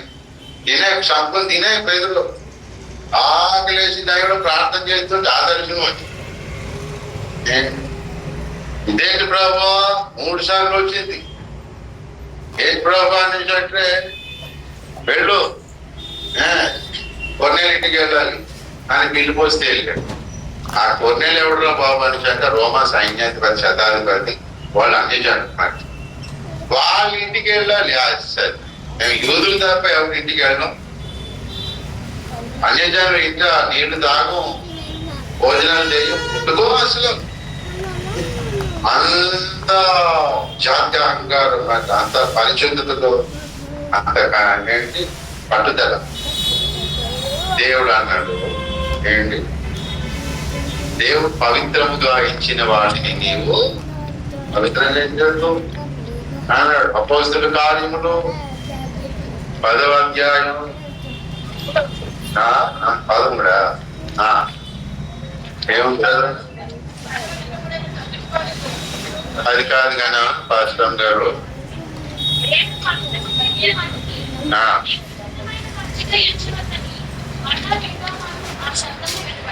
28వ వచనం కూడా చదవండి. అప్పుడు అన్యజాతి వానితో సహవాసము చేయటి అయినను, అటు వాణిని ముట్టుకొనటి అయినను నీకు తెలియను. అయితే ఏ మనుష్యుడును నిషేధింపదగిన వాడని అయినను, అపవిత్రుడని అయినను చెప్పకూడదని దేవుడు ముందరగా అనుకోవచ్చు, కానీ ఇప్పుడు మాత్రం అలాగూ అనుకోకూడదు. ఎందుకని? ధర్మం మారింది కదా. అప్పుడేమో నువ్వు యూదుడివి, ఇప్పుడు యూదుడు కాదు, క్రైస్తవుడి. క్రైస్తవ ధర్మం ప్రకారం ఏంటి? అందరూ ఒకటే, కుల మత జాతి, పేద సాదా, ధనికుడు పామరుడు జ్ఞాని అని భేదాభిప్రాయాలు ఉండకూడదు. ఎదుటివాడిని కష్టపెట్టద్దు. యూదుడుగా ఉన్నప్పుడు మాత్రం ఎదుటివాడిని కష్టపెట్టాలా. వాడి శత్రువు అయితే శత్రువుని ఏం చేయాలి? యూదా ధర్మం ప్రకారం ద్వేషించాలి కదా. పొరుగు వాడిని ప్రేమించాలి, శత్రువుని నీకు హాని చేసేవాడిని కంటికి కన్ను పంటికి పన్ను పొట్టడమే. నీ పట్ల వాడు ఎలాగున్నాడు, వాడి పట్ల నువ్వు కూడా అలాగే. క్రైస్తవుడు అయిపోయాక ఇక అలంకారం. కాబట్టి ఏ మనుష్యుణ్ణి తగిన వాడని ఆయనను అపవిత్రుడని ఆయనను చెప్పకూడదు. అవునా ప్రభువా? అప్పుడు అంటున్నాడు దేవుడు పక్షపాతి కాడని. 34 దేవుడు పక్షపాతి కాడని నిజముగా అంటే ఇంతవరకు ఏం గ్రహించలేదు. పక్షపాతి కాడని అంటే దీని అధ్యాయానికి వచ్చేసి ఇంత సేవ చేస్తున్నంత వరకు ఏమనుకుంటున్నాడు ఈ క్రైస్తవుడు? పక్షపాతి అనుకుంటున్నాడు. అభిషేకం ఉంది, చచ్చిన లేపుతున్నాడు, రోగులు బతికిస్తున్నాడు, అందరినీ బాగు చేస్తున్నాడు, శుభాలు చేస్తున్నాడు, ఆత్మరక్షణ జరుగుతుంది, సంఘాలు కడుతున్నాడు, బోధన చేస్తున్నాడు, శిష్యులు తయారు చేస్తున్నాడు. కానీ హృదయంలో ఇంకా నేను దేవుడు పక్షపాతి అంట. దేవుడు కన్నులు తెరిగి చెప్పినాయి. అవునా ప్రభా? కానీ 12వ అధ్యాయంలోకి వచ్చేటప్పుడు జైల్లోకి వెళ్ళేటప్పుడు కన్ను తెరవబడ్డారు. ఏం బాగా తీర్మానం చేసుకున్నాను, నేను అర్ధసాక్షి అయిపోవాలి, నేను చనిపోవాలి, నేను ఇలాగే ఉండాలి, ఇలాగే ఉండాలి, అంటే నేను అర్ధసాక్షి అయిపోవాలి, నేను ఇలాగే ఉంటాను, నేను ఇలాగే ఉంటాను. అదొక రకమైన మూర్ఖత. ఏమో ప్రభా వీళ్ళు ఏమో చేయలేరు, యాకోబు చంపేశారు, నన్ను ఏం చేయాలనుకుంటున్నావు నువ్వు అని ఎందుకు అడగలేదు? అడిగే ఉంటాడా అని చూస్తుంది కదా, అడిగి పడుకుని పోయాడేమో కదా. ఆ తర్వాత చదివితే తెలుస్తుంది. అసలు దాని విడుదల పొందుతాడే అనుకోలేదు. శ్రీలాగా ఒక ప్రార్థనా పరుడు పేదలు అభిషిక్తుడే కానీ తన చెరసాల్లో ఉన్నప్పుడు మాత్రం నిద్రపోతున్నాడు అని అంటే రేపు చావు అన్నప్పుడు భయపడి సువార్త కొరకు అభిషేకం అడిగిన వాడు రేపు చావు అన్నప్పుడు ప్రార్థనలో గడపాలి అని దేవుడు నాకు ఈ దినం నేర్పుతుంది. మూర్ఖత్వం ఏం చేస్తుంది? మనల్ని ప్రార్థన చేయని. ఏ ప్రార్థన చేయనివ్వదు? లేఖనానుసారమైన ప్రార్థన, దైవ చిత్తానుసారమైన ప్రార్థన చేయనివ్వదు మాట. ఒకసారి ఒక ఇంటికి బయలుదేరి ఉన్నప్పుడేమో అక్కడ ఒక ఆనందం ఉన్నాడు. మరి ఆనంద్ బాబుకి మ్యారేజ్ చేయాలి, నేనే తండ్రిని, వాళ్ళ అమ్మ నాన్నగారు రానగారు, నేను ఎదురెళ్ళి ఈ అబ్బాయిని చూపించారు. ఇది అది సంగతి అని నాకు అబ్బాయి నచ్చలేదు. అబ్బాయి నచ్చకపోగా మరి ఏంటండి సంగతి అని చెప్తే అన్ని బాగున్నాయండి, దేవుని చిత్తం అయితే చేద్దామంట. నాకు అర్థమైంది నీకు ఇష్టం లేక దేవుని చిత్తం మీద, నీకు నిజంగా దేవుని చిత్తం మీద ఎంత ఇంట్రెస్ట్ ఉందా బాబు, ఎవరికి మాయం చేస్తాడు. అప్పుడే ఇంకా సేవాలంలో ఉంటేనే నాకు ఆడేంటో అర్థమైంది. దేవుని చిత్తం అయితే అలా చేస్తాడు. కొంతమంది తప్పించుకోవడం కోసం ఏమంటారు, ప్రార్థన చేద్దామండి, దేవుని చిత్తం అయితే చేద్దామండి. అలా దోష ఇంక దేవుడు ఇస్తాడు, నాకు కోపం వస్తుంది. కాబట్టి మూర్ఖతను మనలో ఏం చేస్తాడు సాతాను? పోషిస్తాము. పోషించి నువ్వు ఒక ప్రార్థనా బరువు కాకు, నువ్వు ఒక రాజును కాకు. అలాగే పౌలుతో సహవాసం అంటాడు. పౌలు బర్నబా వేరే పేరు కదా, వేరే. అదే సహవాసం కోసం అయితే ఏం చెయ్యాలి? సహవాసం కోసం అయితే పండు వదిలేయాలి లేదు, మళ్ళీ పండు దగ్గరికి వెళ్ళాడు ఏంటి అంత అతను ఏదైనా తోటలో అబ్బాయి ఏం చేయాలి? అతనైనా వదలాలా, ఏమైనా వదలాలా. ఎందుకంటే భర్త మీద ప్రేమ ఉన్నది. అయితే ఇవి ఏం చేయాలి? తిని దినములు చచ్చేద్దరు అన్నాడు కదా. ఈ దినం చూద్దాం, తినేసే 24 hours చూద్దాం. చచ్చిపోయారు అనుకో, ఆ పండును చూస్తాడు మా ఆయన, కొరికేసిన పండును చూస్తాడు. నీకు తినేసింది అనిపిస్తే చచ్చిద్రా బాబు అన్న మా ఆయన సేవ్ కదా. ఒకవేళ బతికేమనుకో, ఇంకో నేను తిన్నా తెచ్చినా ఇంట్లో తినమని చచ్చిపోతున్నా చాలా చూసావా, నేను తిన్నాను. ప్రేమ ఉంటే మేలైన దాన్ని పరీక్షించి అప్పుడు ఏం చేయాలి?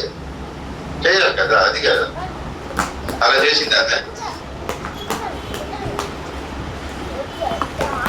మరి అదే ప్రేమ చెప్పండి. సత్య ఎదురు సావాలి. నేను చచ్చిపోయానంటే మళ్ళీ మా ఆయన ఇంకొక దాన్ని పెళ్లి చేసేసుకుంటాడు. ఇంకొకరి దగ్గర ఉంటే లేరు కదా అని అంటే ఆ దేవుడికి ఏమి తప్పు పెట్టి ఇంకో ఎవరు తీసేసి దేవుడు ఇంకొక మళ్ళీ నీకు బాధ చేసేస్తాడు. ఆ వచ్చేది కూడా అలాంటిది అనుకో. ఇలా పదే పదే జరిగింది అనుకో, మొత్తం ఎంప్లాయ్ ఏమనుకున్నారు బాడీ కూడా. నువ్వు బలెడదామే బాగుంది. లేదు తినాల్సిందే, తినకపోతే నా మీద ఒట్టు పట్టు రొట్టు అని ఇక ఎన్ని పెడితే ఆదా సావడమే మేలని సంసోనే విసిగి సావ గోరి సీక్రెట్ చెప్పేశాడు. అలాగే ఆదాం కూడా విసిగి సావ గోరి పండు తినేశాడు. అది నిజంగా భర్త మీద ప్రేమతో పండించిందా?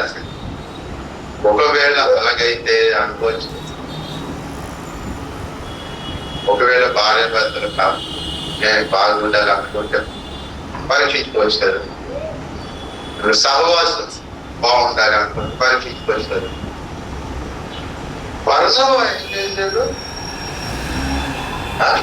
మార్కు కోసం మార్క్ ఏమని అన్నాడా? మామా నువ్వు పౌరుతే వెళ్తే నీ కూతురు నేను చేసుకొని అల్లుడుగా చెప్పుకున్నా, తొడగొట్టి మరి చెప్పుకున్నాను. ఎట్లా తొడకూడదు, నేనే కొడతాను, నీ తొడ రెండింటి పెద్ద జాగ్రత్త.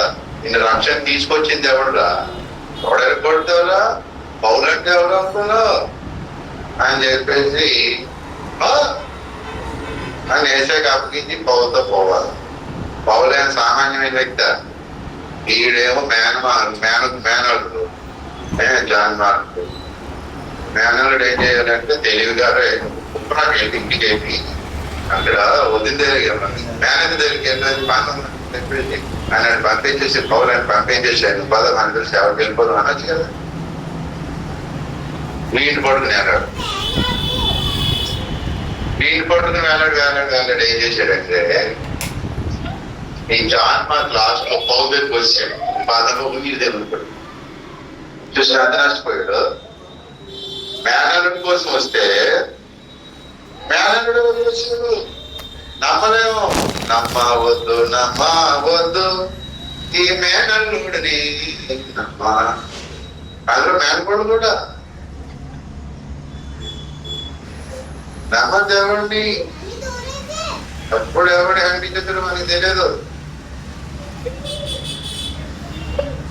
మనం ఏం చేయాలి? నాకు చిన్నప్పటి నుంచి ఫ్రెండ్ ఉన్నాడు, ఎస్ఐ కోసం ఫ్రెండ్ వదిలేసాను. మేమిద్దరు భార్య భర్తలు అనుకునేవాడు. వాడకి నాకు నేనైతే వాడు దావీదు యోనాతో స్నేహం ఏంటో నాకు అర్థమైంది కాదు. కానీ మా ఇద్దరు స్నేహం దగ్గర వాళ్ళిద్దరు స్నేహం ఏర్పాట్లు అనుకుంటారు. అలా నాకు స్నేహం వేసాయి నమ్మగా అని ఎందుకో వాడి మీద కొంచెం గైడ్ కలుగుతాం. ఆయన పట్ల నేను స్నేహం కదా వదలలేకపోదు. తర్వాత వదిలేసాను మాట. షెడ్యూల్ క్యాస్ట్ మ్యారేజ్ చేసుకోవాలండి. మా అమ్మ నాన్నని వదిలేసాను. రంజిత్ బాబు గారు షెడ్యూల్ క్యాస్ట్ మ్యారేజ్ చేసుకోవాలన్నా. చేసుకుంటే ఈ రామన్నారు. నువ్వు రాకపోతే ఏంట? నాకు ప్రవక్తుంటే తెలుసా, మా పాస్టర్ గారు ఒకరి గారు అంటే పడదు, ఆయన వదిలేసాను. మా అమ్మ నాన్న వదిలేసాను మ్యారేజ్ కోసం. ఇక్కడే ఉండి సేవ చేసుకోరా అని అన్నారన్నమాట. ఎక్కడ ఉంటే మేము సేవ చేయనీరు కదా అని చెప్పేసి 2 జత పట్టుకుని బయట సైన్స్ పట్టుకుని పదే పరిగెట్లు మళ్ళీ సేవ చేసుకుని ఏంటంటే భార్య ఒక బిడ్డతో అప్పుడు వచ్చిందనమాట. దర్శన భాగ్యం కలగానే వచ్చిన పడి కుమారుడి ముద్దులు పెట్టిపోయారు. వాళ్ళు ఎట్టుపోయారు, గోదికి పోయారు, నరకానికి పోయారో తెలియదు, కన్ఫర్మేషన్ లేదు నాకు. ఆ నరకానికి పోయేటోళ్ళతో నాకెందుకేంటి, అలా అమ్మాయి అయితే ఏంటి ఎవరైతే నాకు కనిపించింది. ఓకే, కేసీ దగ్గర రంజిత్ తోఫిల్ దగ్గర కోసం అమ్మాయిని నా స్నేహితుడే. ఏ ఉద్యోగానికి వెళ్ళి ఏదో చిన్న అబద్ధాలు చెప్పాల్సి వచ్చేది. మన ఉద్యోగం వేల రూపాయలు జీతాలు ఇచ్చేవారు. ఎవరికి కావాలి ఉద్యోగం అని చెప్పి 500 ఉద్యోగులు మొదలుపెట్టి సైకిల్ తొక్కుని ఊరంతా పోస్ట్ మీద ముద్రాలు కూడా అన్నమాట. యవనంగా ఉండేవాళ్ళు తొక్కేసేవాళ్ళు అన్నమాట. రాత్రి కాల్ పీకేసేయమాట. ఎవరికి పట్టమంటారు కాదు, అమ్మని పట్టమని, అన్నయ్య పట్టమంటే ఆలోచించాడు. అసలే నేను వేసైనా తమ్ముడు పట్టమంటే వాడి భక్తి వాడి పట్టాడు. ఎవరిని పట్టమంటాం ఆయన చెప్పి మోకాళ్ళు వేసి పట్టమంటే అదే దేవునికి స్తోత్రం. ఆ తర్వాత ఏమో ట్రైనింగ్ సెంటర్ లోకి వెళ్ళాం. ఏపీ ట్రైనింగ్ సెంటర్ అక్కడ నెలకు 1500 ఇచ్చేవారు. మా అప్పట్లో 97లో ఆ 1500 ఇస్తుంటే ఫోన్లో 1500 తీసుకొని వాళ్ళ సైట్ ఇచ్చేవారు. ఆ సైట్ తో సేవ చూసుకోండి. నెల 1500 ఇస్తారు అన్నమాట. కానీ ఒక్కడికిగా సరిపోతే పెళ్లి అయిపోతే మళ్ళీ 3000 ఇస్తామన్నమాట. ఆ తల చూద్దాం, దాని రేటు పెరిగి పెళ్లి చేసుకుందాం అని అనుకోండి. నీలో ఓపిరేగా పత్రిక చదివాడు. సేవ అంటే దేవుని మీద ఆధారపడి చేసేవాడు కానీ సంస్థల డబ్బుల మీద ఆధారపడి కాదు అని ఏదో పత్రికలు చదివితే టక్ కట్ చేసింది. ఆయన ఇమీడియట్ గా 3 నెలలు అంత కలిసి చేసేది సేవ. ఈ పత్రిక చదవగానే దేవుని మీద ఆధారపడాలి రంజిత్ ఓపెన్ చెప్పాడు అని చెప్పి అది 1500 లేవు. జోబులు 15 రూపాయలు కూడా లేవు. 15 పైసలు కూడా లేదు మరి జోబులో. జోబులు అయితే ఉన్నాయి కానీ అందులో పైసలు ఖాళీ జోబులు. కనీసం చెమట చూసుకోవడం, రుమాలు ఎట్టుకుందాం కొనుక్కోవడం, కొనుక్కోవడం కూడా డబ్బులు లేవు. రుమాలు లేదు. ఏం జోబులో డబ్బులు చేయి పెట్టి తీయలేదంతా. దేవా నేను వచ్చేసాను. ఇంటి ఉద్యోగం లేదు. రంజిత్ ఓపెన్ గారు ఏమో అది వదిలిమన్నారు. ఆయన వదిలేసి ఆయన కావాలి నాకు. ఆయన చూడకపోయినా ఆయన పత్రిక చదవగానే ఆయన అంటే ఇష్టం ప్రేమ అయిపోయింది. ఆయనకి లోబడాలి అంటే శిష్యుడు నా బాబాయ్. ఆ జీఎంపీ వదిలేశారు. మొదట సువార్త చెప్తే ఒక అతనేమో 30 రూపాయలు ఇచ్చాడు. ఆ గొప్ప ధైర్యం వచ్చేసింది. 30 రూపాయలు ఇచ్చింది. తర్వాత ఇక సున్నాలు ఎట్టుకెళ్ళిపోతారులే అనుకున్నాను అనమాట. పక్కన నుంచి అలాగ అనుకుని వచ్చేసి సున్నాలు ఎట్టేస్తా ఉన్నాడు. రైట్ సైడ్ రాలేదనుకో అన్ని లెఫ్ట్ సైడ్స్ ఉండాలి. మనకి ఆ 3 దగ్గర సున్నా 3 తీసేస్తే మొత్తం సున్నాలు. దేవునికి స్తోత్రం. ఎందుకు దాంతో చెప్తున్నా? సహవాసం సహవాసం సహవాసం కోసం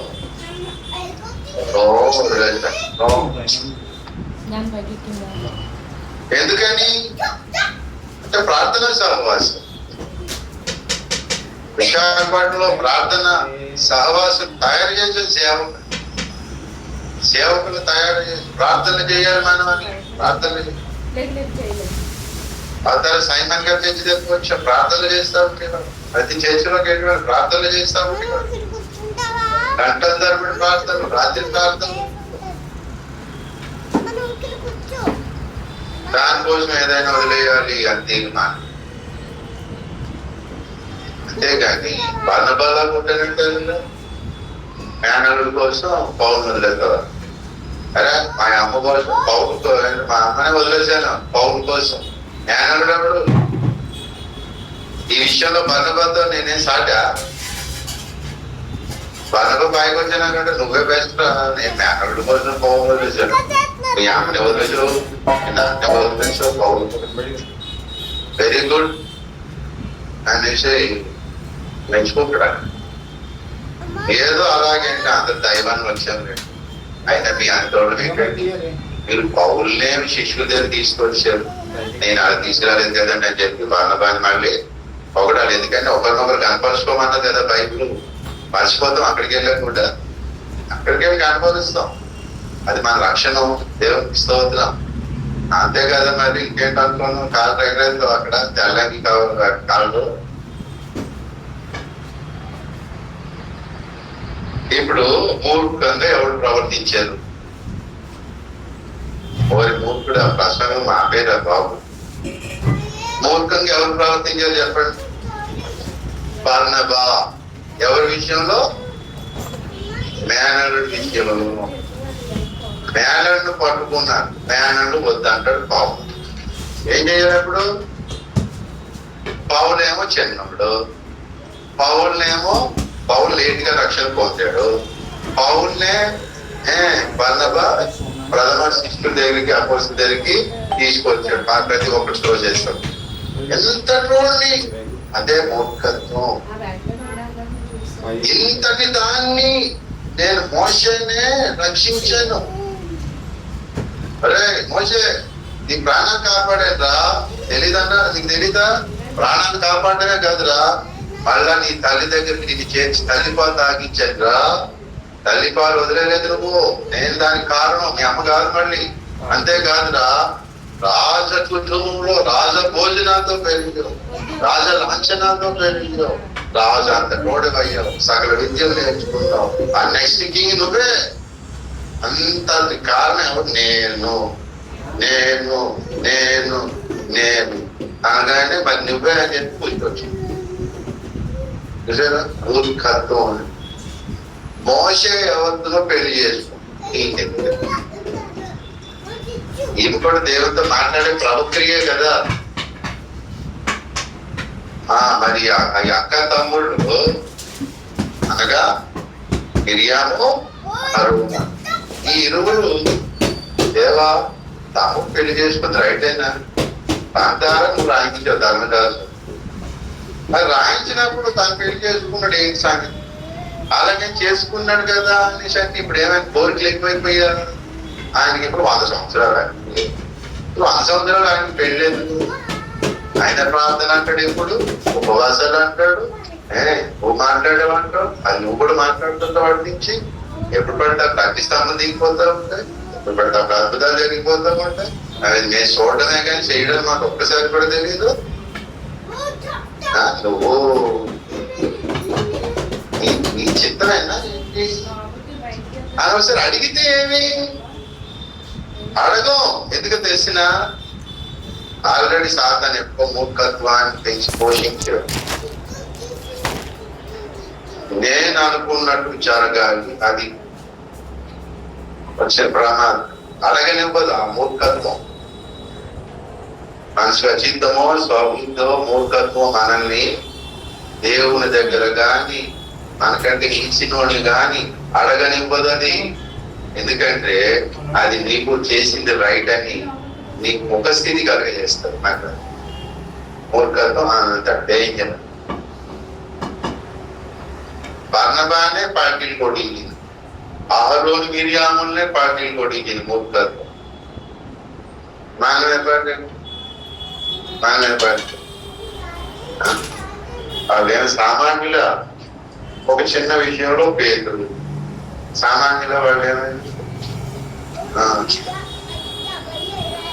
వాడి మూర్ఖత్వం ఏం చేయనివ్వదు మనల్ని. దేవుని చిత్తానుసారమైన ప్రార్థన చేయనివ్వదు. మిగతా ప్రార్థనలన్నీ చేయిస్తాడు. వాళ్ళు రక్షణ పొందాలి, వీళ్ళు స్వస్థత పొందాలి, వీళ్ళు బాగోవాలి, ఆ సంఘాలన్నీ దిద్దుబాటు అవ్వాలి, సత్య సిద్ధాంతం, ఇంజనీర్ ప్రవక్తాన్ని ఒప్పుకొని వచ్చేసాం మరి శాస్త్ర ప్రార్థన.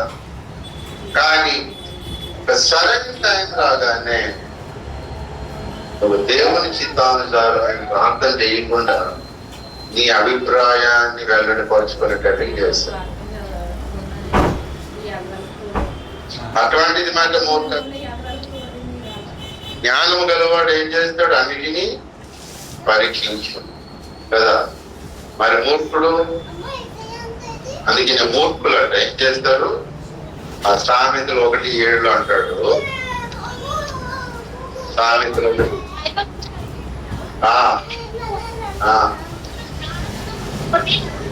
మూర్ఖులు జ్ఞానమును ఉపదేశమును తిరస్కరించును.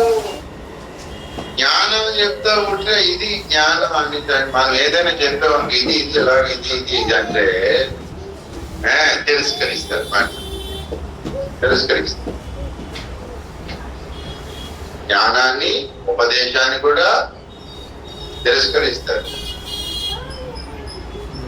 అలా ముందు అన్యజనులు తిరస్కరిస్తారు, ఆ తర్వాత దేవుని నమ్మిన వాళ్ళలోనే తిరస్కరిస్తారు. కాయి తిరస్కరించాడు కదా. అమ్మ నాన్నల బోధ తప్పయ్యక బోధ వాడు తిరస్కరించాడు. ఆ తర్వాత 1 మోషే ఉపదేశాన్ని తిరస్కరించారు ఇశ్రాయేలు. వాళ్ళ మూర్ఖులు మాట. సమూయేలు సందేశాన్ని తిరస్కరించాడు సౌలు రాజు. మూర్ఖుడు అయిపోయి మాయా విగ్రహం పూజించే వారితో సమానమైన మూర్ఖుడు. అవి మనం ఎన్నిసార్లు మాయా విగ్రహాన్ని పూజించేమో. బర్నబా గొప్పోడు, కౌశలుడు, ప్రవక్త, ఆదరణ పుట్టుడు, మాదిరికరమైన వ్యక్తి, ఆత్మరక్ష సంపాదనలో వెళ్ళాడు. కొన్నాళ్ళ పాటు పౌరుతో కఠినమైన సేవ చేశాడు. రాజదెబ్బలు తిన్నాడు. అయినా సరే టైం చూసుకొని కొట్టాడు సార్. వీళ్ళు ప్రార్థన పనులే కదా బర్నబా, పౌలు. మరి ప్రార్థన చేద్దాం అనుకోలేదు ఎందుకు? పెద్దోడు కదా బర్నబా. సరే పౌలు, ఈ విషయంలో నువ్వేదో నీ వాదం రైట్ అంటున్నావు కాబట్టి నేనేం చేస్తానంటే ప్రార్థన చేస్తాను. ప్రార్థన చేద్దాంరా. వాళ్ళు ప్రార్థన ద్వారానే కదా పంపబడ్డారు. 13వ అధ్యాయం అపోస్తలుల కార్యంలో వాళ్ళు ప్రార్థన చేయించుండగా పరిశుద్ధాత్మ దేవుడు వచ్చి వీరిని నా సేవకు పంపండి అన్నాడు. ప్రార్థనలో ఉంటుండగానే కదా ప్రార్థనా పరులు. సరే పౌలేదు వివాదం, నేను నా మటుకు నేను వేరైపోదాం అనుకుంటున్నాను అని అనుకోవడమే కానీ అడిగితే ఏమైందట? బర్నబా అడిగితే ఏమైందట? పౌలు వాదు పౌలు చెప్తాడు. ఈ పిలుపోడు తీసుకెళ్ళామనుకో మన దెబ్బలు తింటాం. వీడిని కాపాడలేమో అక్కడ సువార్త. అయితే సాగు రెడీ అయిపోవాలి, లేకపోతే సువార్త ప్రకటనకు రెడీ. అంతే తప్ప బ్రతుకుటే అయినా ఏంటి సత్యతని క్రీస్తే నాకు పౌలు అన్నాడు. అంటే మళ్ళీ ఈడేవాడు మంచిది పిలుకోడు. ఈ వెనకాడు ఈడోదు మనకి. వీడు పిలితనం పోయేటప్పుడు రప్పిద్దాంలే అంటే వద్దంట. అవి ఎవరు బలవంతులు చెప్పు బలహీనంగా చేర్చుకోవాలి కదా అని. ప్రస్తుతానికి వద్దు, తర్వాత చూద్దాం. ఏమైపోయింది? అంతలోనే ఈ సేవ ఆటంకం అయిపోద్దా ఏంటి? చాలా కుటుంబాలు, చాలా మంది సేవకులు, చాలా మంది విశ్వాసులు ఇలాగే దెబ్బ తినేస్తా ఉంటారు. మూర్ఖత పెరిగినప్పుడు దైవ చిత్తానుసారమైన ప్రార్థన మనము చేయలేం. ఇంకా ఏ ప్రార్థన అయినా ఎంత ఉపవాసం ఉండైనా చేస్తాం. ఆ స్టేట్మెంట్ రాసుకోండి గుండెలు. ఇలాంటి వాళ్ళనే ఏమంటారంటే పవిత్ర హృదయులై ప్రభు ప్రార్థన చేయవారు. ప్రార్థన చేసిన వాళ్ళందరూ పవిత్ర హృదయులు అని చెప్పడానికి గ్యారంటీ లేదు. ప్రార్థన చేసిన వాళ్ళందరూ పవిత్రులు కాదు. అందుకనే ప్రత్యేకంగా ఏమన్నాడు? పవిత్ర హృదయముతో.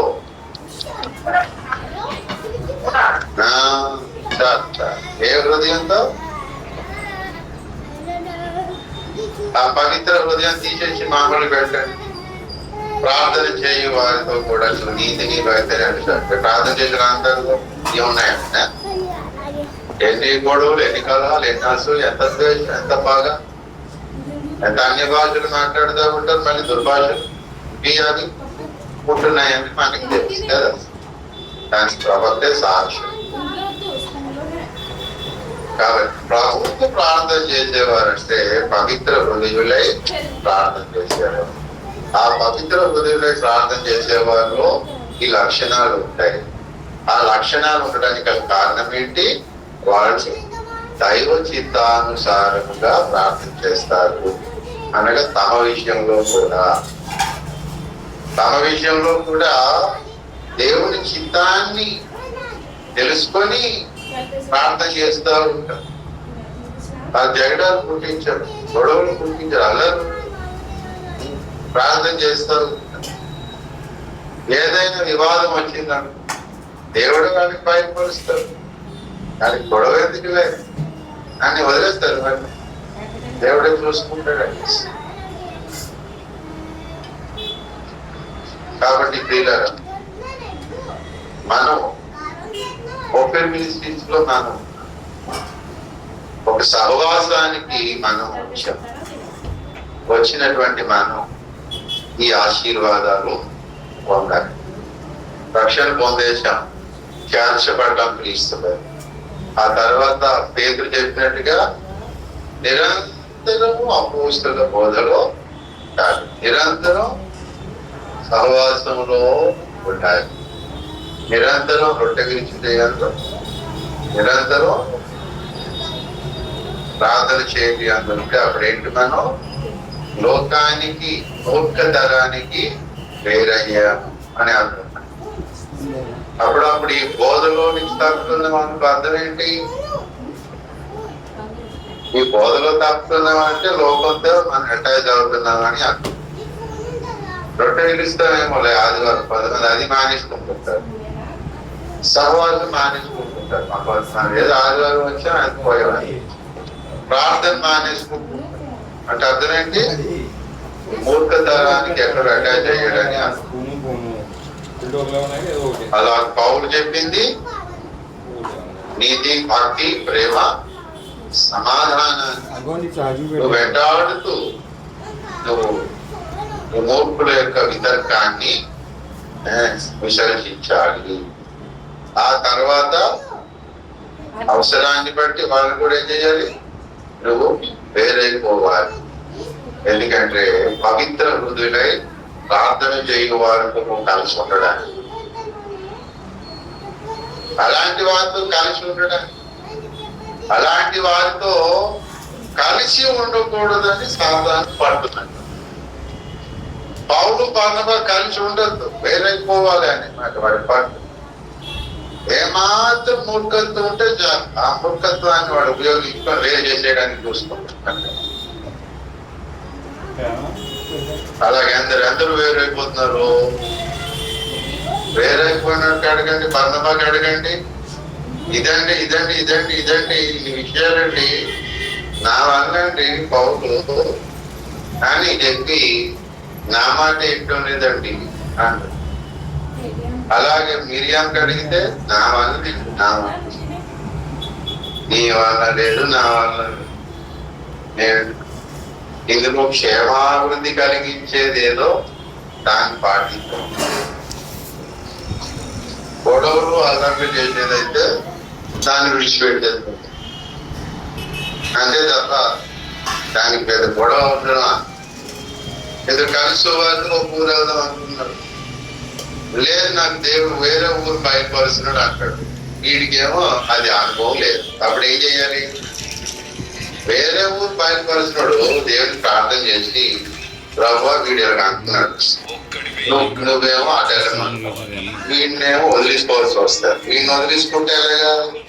కాబట్టి ఆ ముందుకు వెళ్ళినప్పుడు ఏదో నువ్వే చేయి, మాయ చేస్తావో, మబ్బు కలిగిస్తావో, లేకపోతే వీళ్ళకి 4 దెబ్బలు తగ్గుతాయి, ఏంటో నువ్వే చూస్తావు. ఆయనకి మనం అప్పించిస్తాం.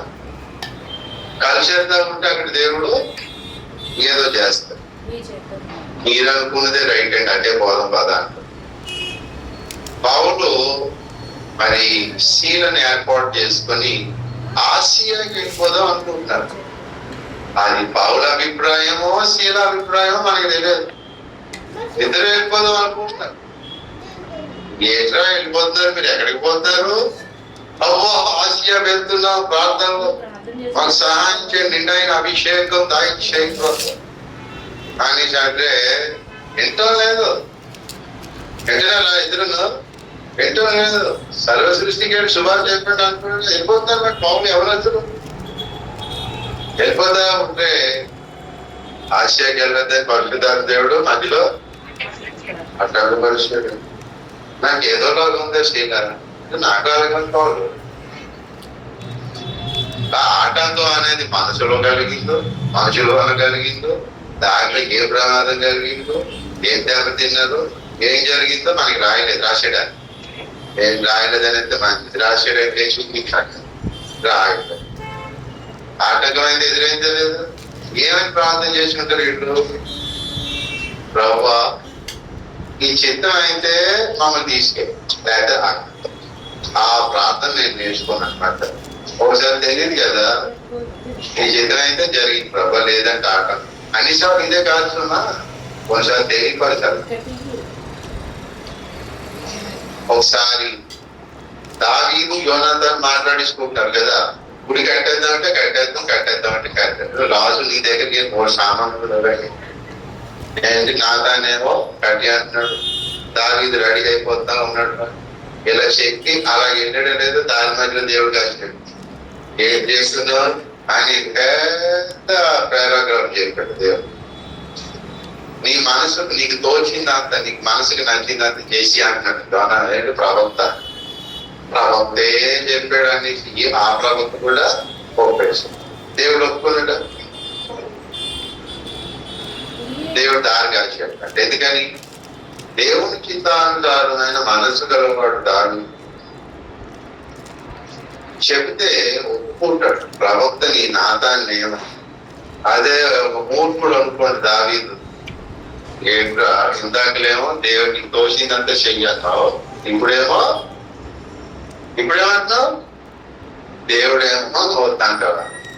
అంటే నీకు రాజుతో అంటే నాటకాలు డ్రామాలు ఎక్కువైపోయా, మీకు తీసుకోవడం పేరు రా అంటాడు. అలాంటి రాజులు కూడా ఉన్నారు బైబిల్లో.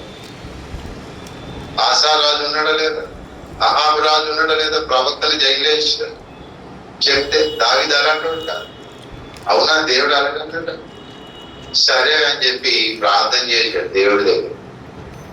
ప్రభువా, నువ్వు నాకు కుమారుడిని ఇస్తానన్నావు, సంతానం ఇస్తానన్నావు, అతడు మందిరం కట్టాలని ప్రార్థన చేస్తావు. ఈ దేవుని చైత్రం అయితే ఆమె, లేకపోతే అని చెప్పి దావీదు చూస్తా ఉన్నాడు. దేవుడు అయితే దేవుని చిత్రం. మూర్ఖత అనే దానికి అవకాశం లేనప్పుడు దేవుని చిత్తం ఏంటి అనే ప్రార్థన ప్రతి విషయం క్షేమాభివృద్ధి కలిగించడానికి, సహవాసం కలిగి ఉండడానికి, నీ రక్షణకు, కుటుంబ ఐక్యత, సంఘ ఐక్యత, పరిచర్య విస్తరణకు అని మనం జాగ్రత్త పడేవారు. మూర్ఖతకి అవకాశం ఇచ్చామో మధ్యలో బర్నబాలాగా, మిరియాములాగా, సావుల్లాగా మారిపోయే ప్రమాదం. మంచి ప్రార్థనా పరుల సహవాసం కోల్పోతాం. ఈ సంఘం ఎలాగే ఉంది, ప్రార్థనా పరులు ఉన్నారు, వాళ్ళ ప్రార్థనా పరులు ఏడవుతూ ఉన్నారు. కొంతమంది పోయారు. ఎవరిని పోగొట్టుకున్నాడు? వాడి స్వచిత్తం వాడికి నెరవేరి సంతోషంగా ఉంది. కానీ ఇక్కడ ప్రార్థనా పరులు సహవాసం అయితే పోగొట్టుకున్నాడు. ప్రార్థనా పరుడు సహవాసం వేరొక దగ్గర దొరకకపోతే అది ఎంత నష్టమైన నీకు. ప్రార్థనా పరుడు సహవాసం నేను ఉంటే ఇంతకంటే అక్కడికి, అంతేగాని ప్రార్థనా పరుడు సహవాసం వదిలేసి ఎట్లా పోతానంటాడు, అలా చేస్తాడు సాధన. కాబట్టి ఈ మధ్య దినాల్లో దుష్టుడు ఏం చేస్తున్నాడు? మన సహవాసంలోంచి ప్రార్థనా పరులను ఈడ్చికెళ్ళాడు, పైన ఈడ్చికెళ్ళాడు. ఆడి మొఖం ఎంతవరకు ఈడ్చికెళ్తాడు? ఏంటి, ఒకే జంతువు, ఇటేమో సింహభుజులు, అటేమో ఎలుగుబడి నల్లగారు, ఇటేమో పసుపు కర్రలు, ఇటేమో నలుగు కర్రలు, ఇటేమో ఒక మొక్క సింహము, ఇటేమో అంటే రెండు ఫేసులు ఉన్నాయి, రెండు తలలు ఉన్నాయి కదా. ఒకవైపు సింహం మొక్కం, ఇంకొక వైపు ఎలుగుబండి మొక్కం. తోక ఒకటే, అటో రెండు ఇటో రెండు అయింది వచ్చింది. సింహము ఎలుగుబండి కలిగినటువంటి ఒకే కాన్సెప్ట్ కలిగిన ఒకటే దాని మీద దాడి చేద్దాం, ఒక గొర్రె పిల్ల మీద దాడి చేద్దాం అని వికృత రూపములు కలిగిన ఒక జంతువు వచ్చింది. ఒక గొర్రె పిల్ల, అది అబద్ధ క్రీస్తు పరిపాలన నెరవేరుతుంది అనేది ఎంత వాస్తవమో. ఇప్పుడు అవే 2 types ఆఫ్ స్పిరిట్స్ ఏం చేస్తాయంటే, మనుషులను ఆవహించి ప్రార్థనా పరులను పట్టుకెళ్ళిపోవడానికి ప్రయత్నం చేస్తాయి. అటువంటి 2 దురాత్మలు ఏం చేస్తాయని అంటే వ్యక్తులు వాడుకొని ప్రార్థన పాల్గొన్న పద్ధతి.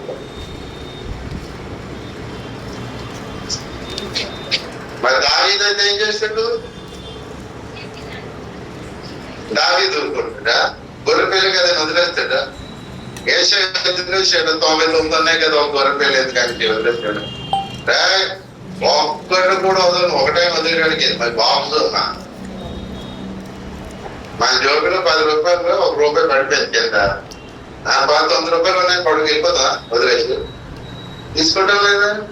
అసలు ఎక్కువ తీసి రకం మనం వదిలేస్తామా? కొంతమంది అంటారు చీపురు కొండ కూడా వదలదు ఏంటంటారు. అలా గొర్రె పిల్లలు వెళ్ళిపోయింది. ఇక్కడి నుంచి గొర్రె పిల్లలు వెళ్ళిపోయాయి, ఇక్కడి నుంచి లాక్కెళ్ళిపోయాడు. దావీదులాగా ఏం చేయాలి? దావీదు ఏం చేశాడట? పరుగున పోయి దాన్ని వెంటాడి తరిమి దాన్ని చీల్చి గొర్రె పిల్లకు రక్షించుకొని వచ్చేసాడు. దేవునికి అది దాన్ని తరిమి ప్రార్థన చేస్తున్నాం. ఈ 3 రోజులు ప్రార్థన ఏంటి? దాన్ని తరిమి దాన్ని నోట్లోంచి చీల్చి గొర్రె పిల్లను బయటికి తీసుకురావడం. దేవుని మన ప్రార్థన పరులను, మన సత్య సంబంధులను మనం తీసుకురావడం. అది మన సంఘంలోనే కాదు, ఏ సంఘంలో జరిగిన కూడా ఇప్పుడు చేసే ప్రార్థన అక్కడ కూడా నెరవేరాలి, ఇక్కడ కూడా నెరవేరాలి. దావీదు ఆ సంఘమే, దావీదు సంఘం. ఆ సంఘమే దేవుని చిత్తానుసారమైన ప్రార్థన చేసే సంఘం. దేవునికి స్తోత్రం. పోతే పని ఒకటి మిగతా వాళ్ళు ఉన్నారు అని అంటే అదే పోయేది పనికి మందిగా. అదేమైనా ఎప్పుడు కాపుకాయ పొడిచేక అదేమైనా ఏదో కొన్ని విషయాలు మంచివాళ్ళే ఎక్కడో తిక్కరేగింది మాట, వాళ్ళకి అర్థం కాలేదు మాట. బోధ సహవాసం యొక్క నియమం అర్థం కాలేదు. సహవాసం అంటే అంతా ఏసైలా ఉండాలనుకుంటారు. పరలోకంలోనే లేదు అలాంటి కదా, అందరూ ఏసైలు అంటారు కదా పరలోకంలో. ఎవరో 10 మంది ఉంటారు. ఎక్కువ కేటగిరీ అంతా అమ్మాయిల బ్యాచ్కే కదా, పూర్వకానికి వచ్చేసే బ్యాచ్. వాళ్ళు చూసి ఎలా తయారైపోయి భయపడి 10 మంది అడ్డుకుంటారు సైలెంట్ కలిసి. వాళ్ళు సరైన వాడు కదా, అయితే పరలోకం కదా. పరలోకమైన బాబు భూలోకం వెళ్ళినట్టు నీకు అర్థం. కొన్ని వేసేలా కొన్నావంటే లేనంటాడు. మరి అందరూ వేసేలా వెళ్ళిపోతే ఉండాలంటే ఏ మూర్ఖత్వం. ఈ మూర్ఖత్వంతో కొంతమంది రా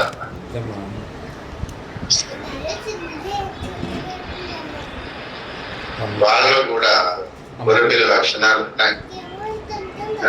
కాబట్టి ఎవరెవరు గొర్రెపిల్లలో ఆ గొర్రెపిల్లలన్నీ ఈడ్చురావాలి. దేవునికి స్తోత్రం.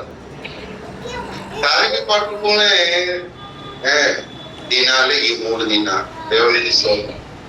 ఆసక్తితో తరకి పట్టుకోవాలంటే ఆసక్తి ఉంటారు కదా. ఈ దొరకదు లేదో, అది సింహం, నేను మనిషిని దానికంటే నేను స్పీడ్ గా పరిగెట్టగలనా, నా వల్ల అవుతుందా అనుకుంటున్నాడు. ఆసక్తి ఉంటుందా? వాడు పట్టుకుంటాడా? అలాగే మనం అనుకోవచ్చా, ఎందుకు ప్రార్థనకు వచ్చావు ఏంటో, మనం ఇక్కడ తగ్గిపోయిన వాళ్ళట తీసుకురావాలట, బాధకాలు ఉన్న వాళ్ళు విడిపించాలట. ఇంటి ప్రార్థన నాకు బాగోలేదు, నా కోసం ప్రార్థన చేయలేదు, అసలు దీంతో దానికి నేను ఎందుకు వచ్చాను ఇలాంటివన్నీ అనుకోకండి. అందుకనే గ్రూప్ లో పెట్టా ఫోర్స్ లో. కాబట్టి ప్రియులారా, మనం మొట్టమొదట దేనిని విడిచిపెట్టాలి?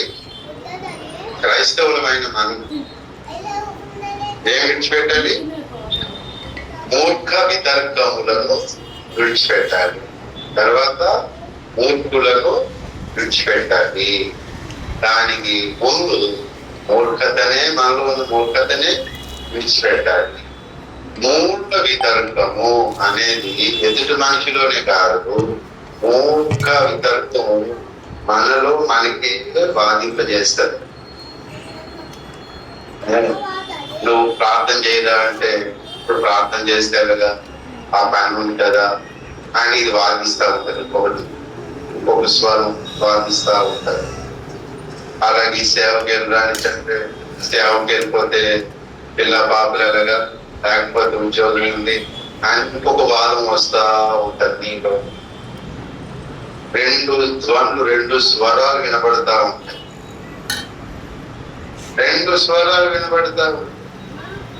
ఏది మేలైనది, ఏది దేవుని చిత్తం అనేది తెలుసుకొని జాగ్రత్త పడటం ఈ మూర్ఖ వితర్కాన్ని, మనలో ఉన్న మూర్ఖ వితర్కాన్ని మనం చేయించాలన్నమాట. ఎదుటోడు మూర్ఖ వితర్కం అనేది తర్వాత సంగతి. ప్రతిసారి మనకు నేర్పులేని 3 వితర్కాలు ఎదురవు కదా. నేను ఎదురైందా? మొన్న ఎదురైందా? ఈరోజు ఎదురైనట్టు అందరూ ఒకే సైలెంట్. కుటుంబంలో ఎదురవుతుంది ఒక్కొక్కసారి, రోజు ఎదురవుద్దా? కుటుంబంలో సంఘంలో ఎదురవుతుంటాయి, రోజు సంఘంలో ఎదురవుతుంది కదా. కానీ రోజైనా ఎక్కువ సార్లు అయినా మనలోనే ఆ వితర్కం వస్తుంది అన్నమాట. మనకి నేర్పు లేని 3వ వితర్కం ఎదురవుతూ ఉంటుంది. తెలియక అజ్ఞానంతో ఏం చేస్తామంటే దాన్ని సమ్మతిస్తాం. అలాగ ఉపవాసాలు ఉండి నష్టపోయిన వాళ్ళు, చచ్చిన వాళ్ళు ఉన్నారు. అలాగ మందులు వేసుకోకూడదని అదొక డినామినేషన్, వాళ్ళు చచ్చిపోయిన వాళ్ళు ఉన్నారు.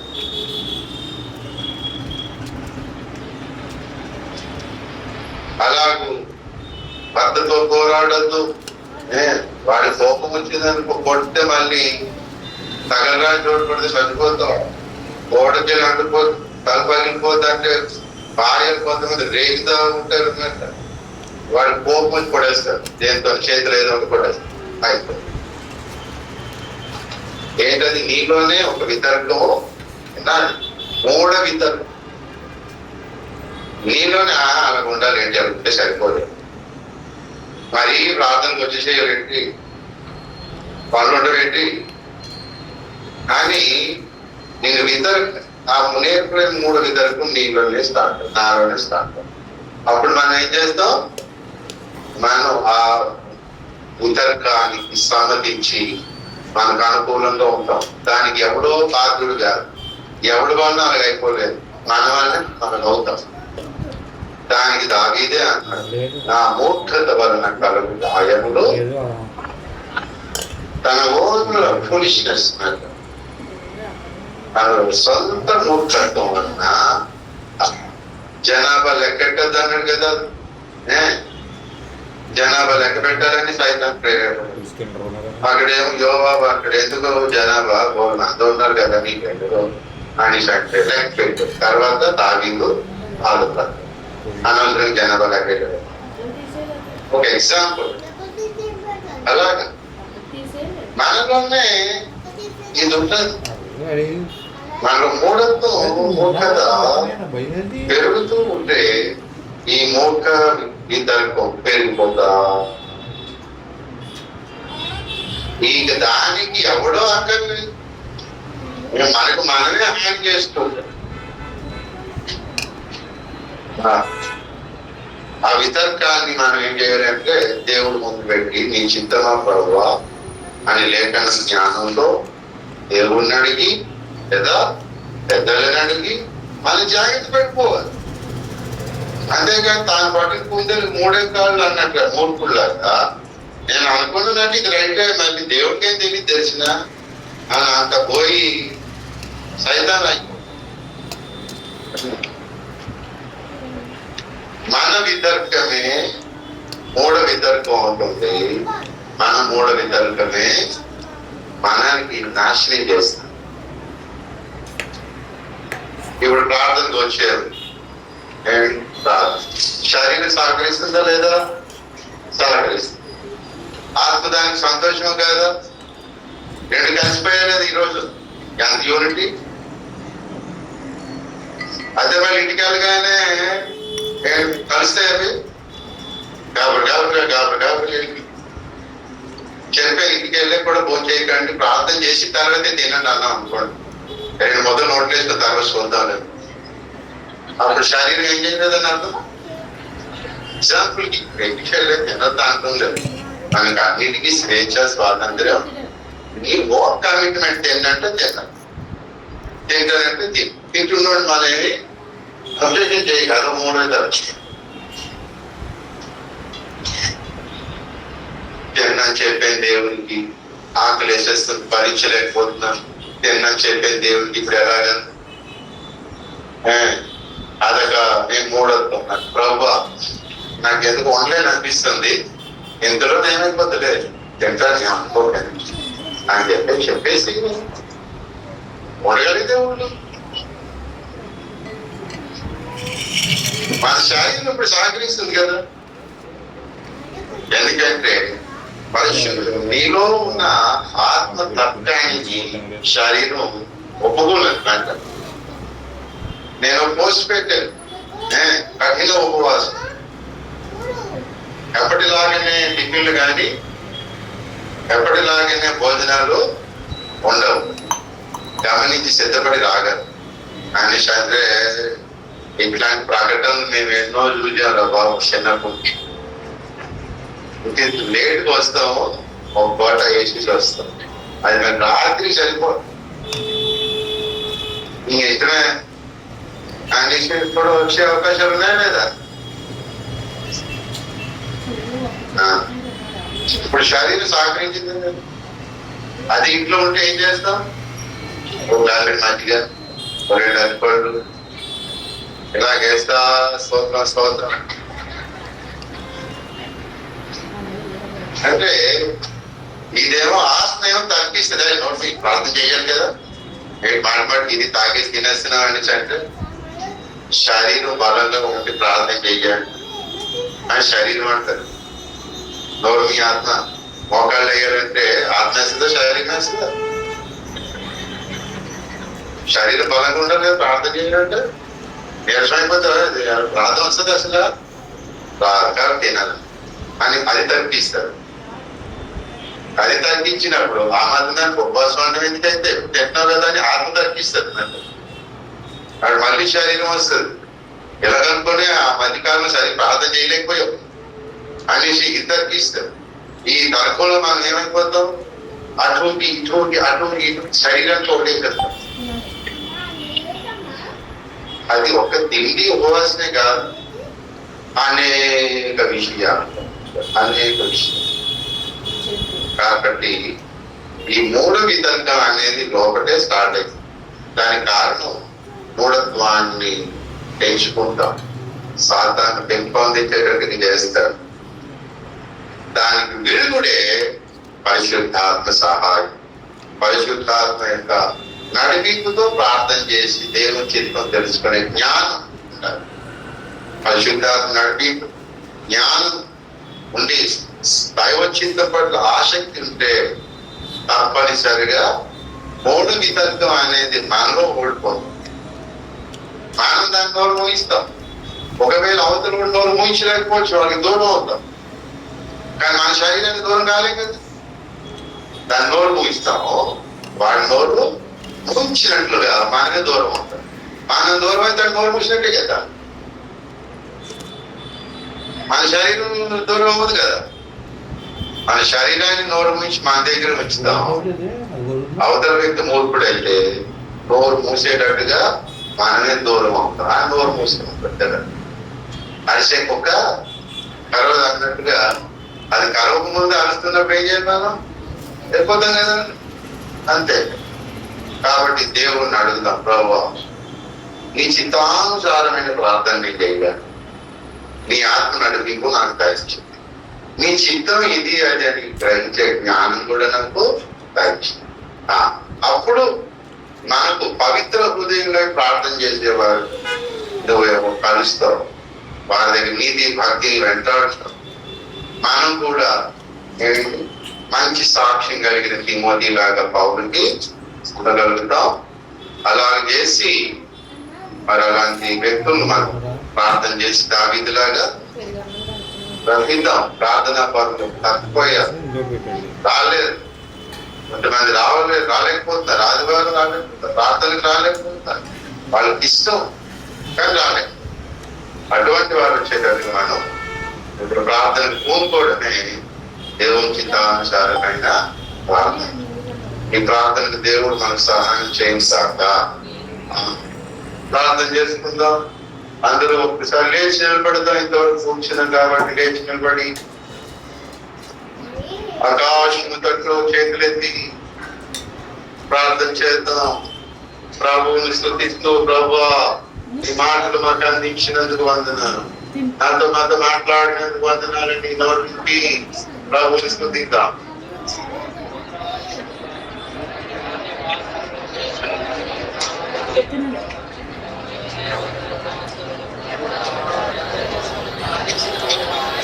స్తోత్రం హల్లెలూయా.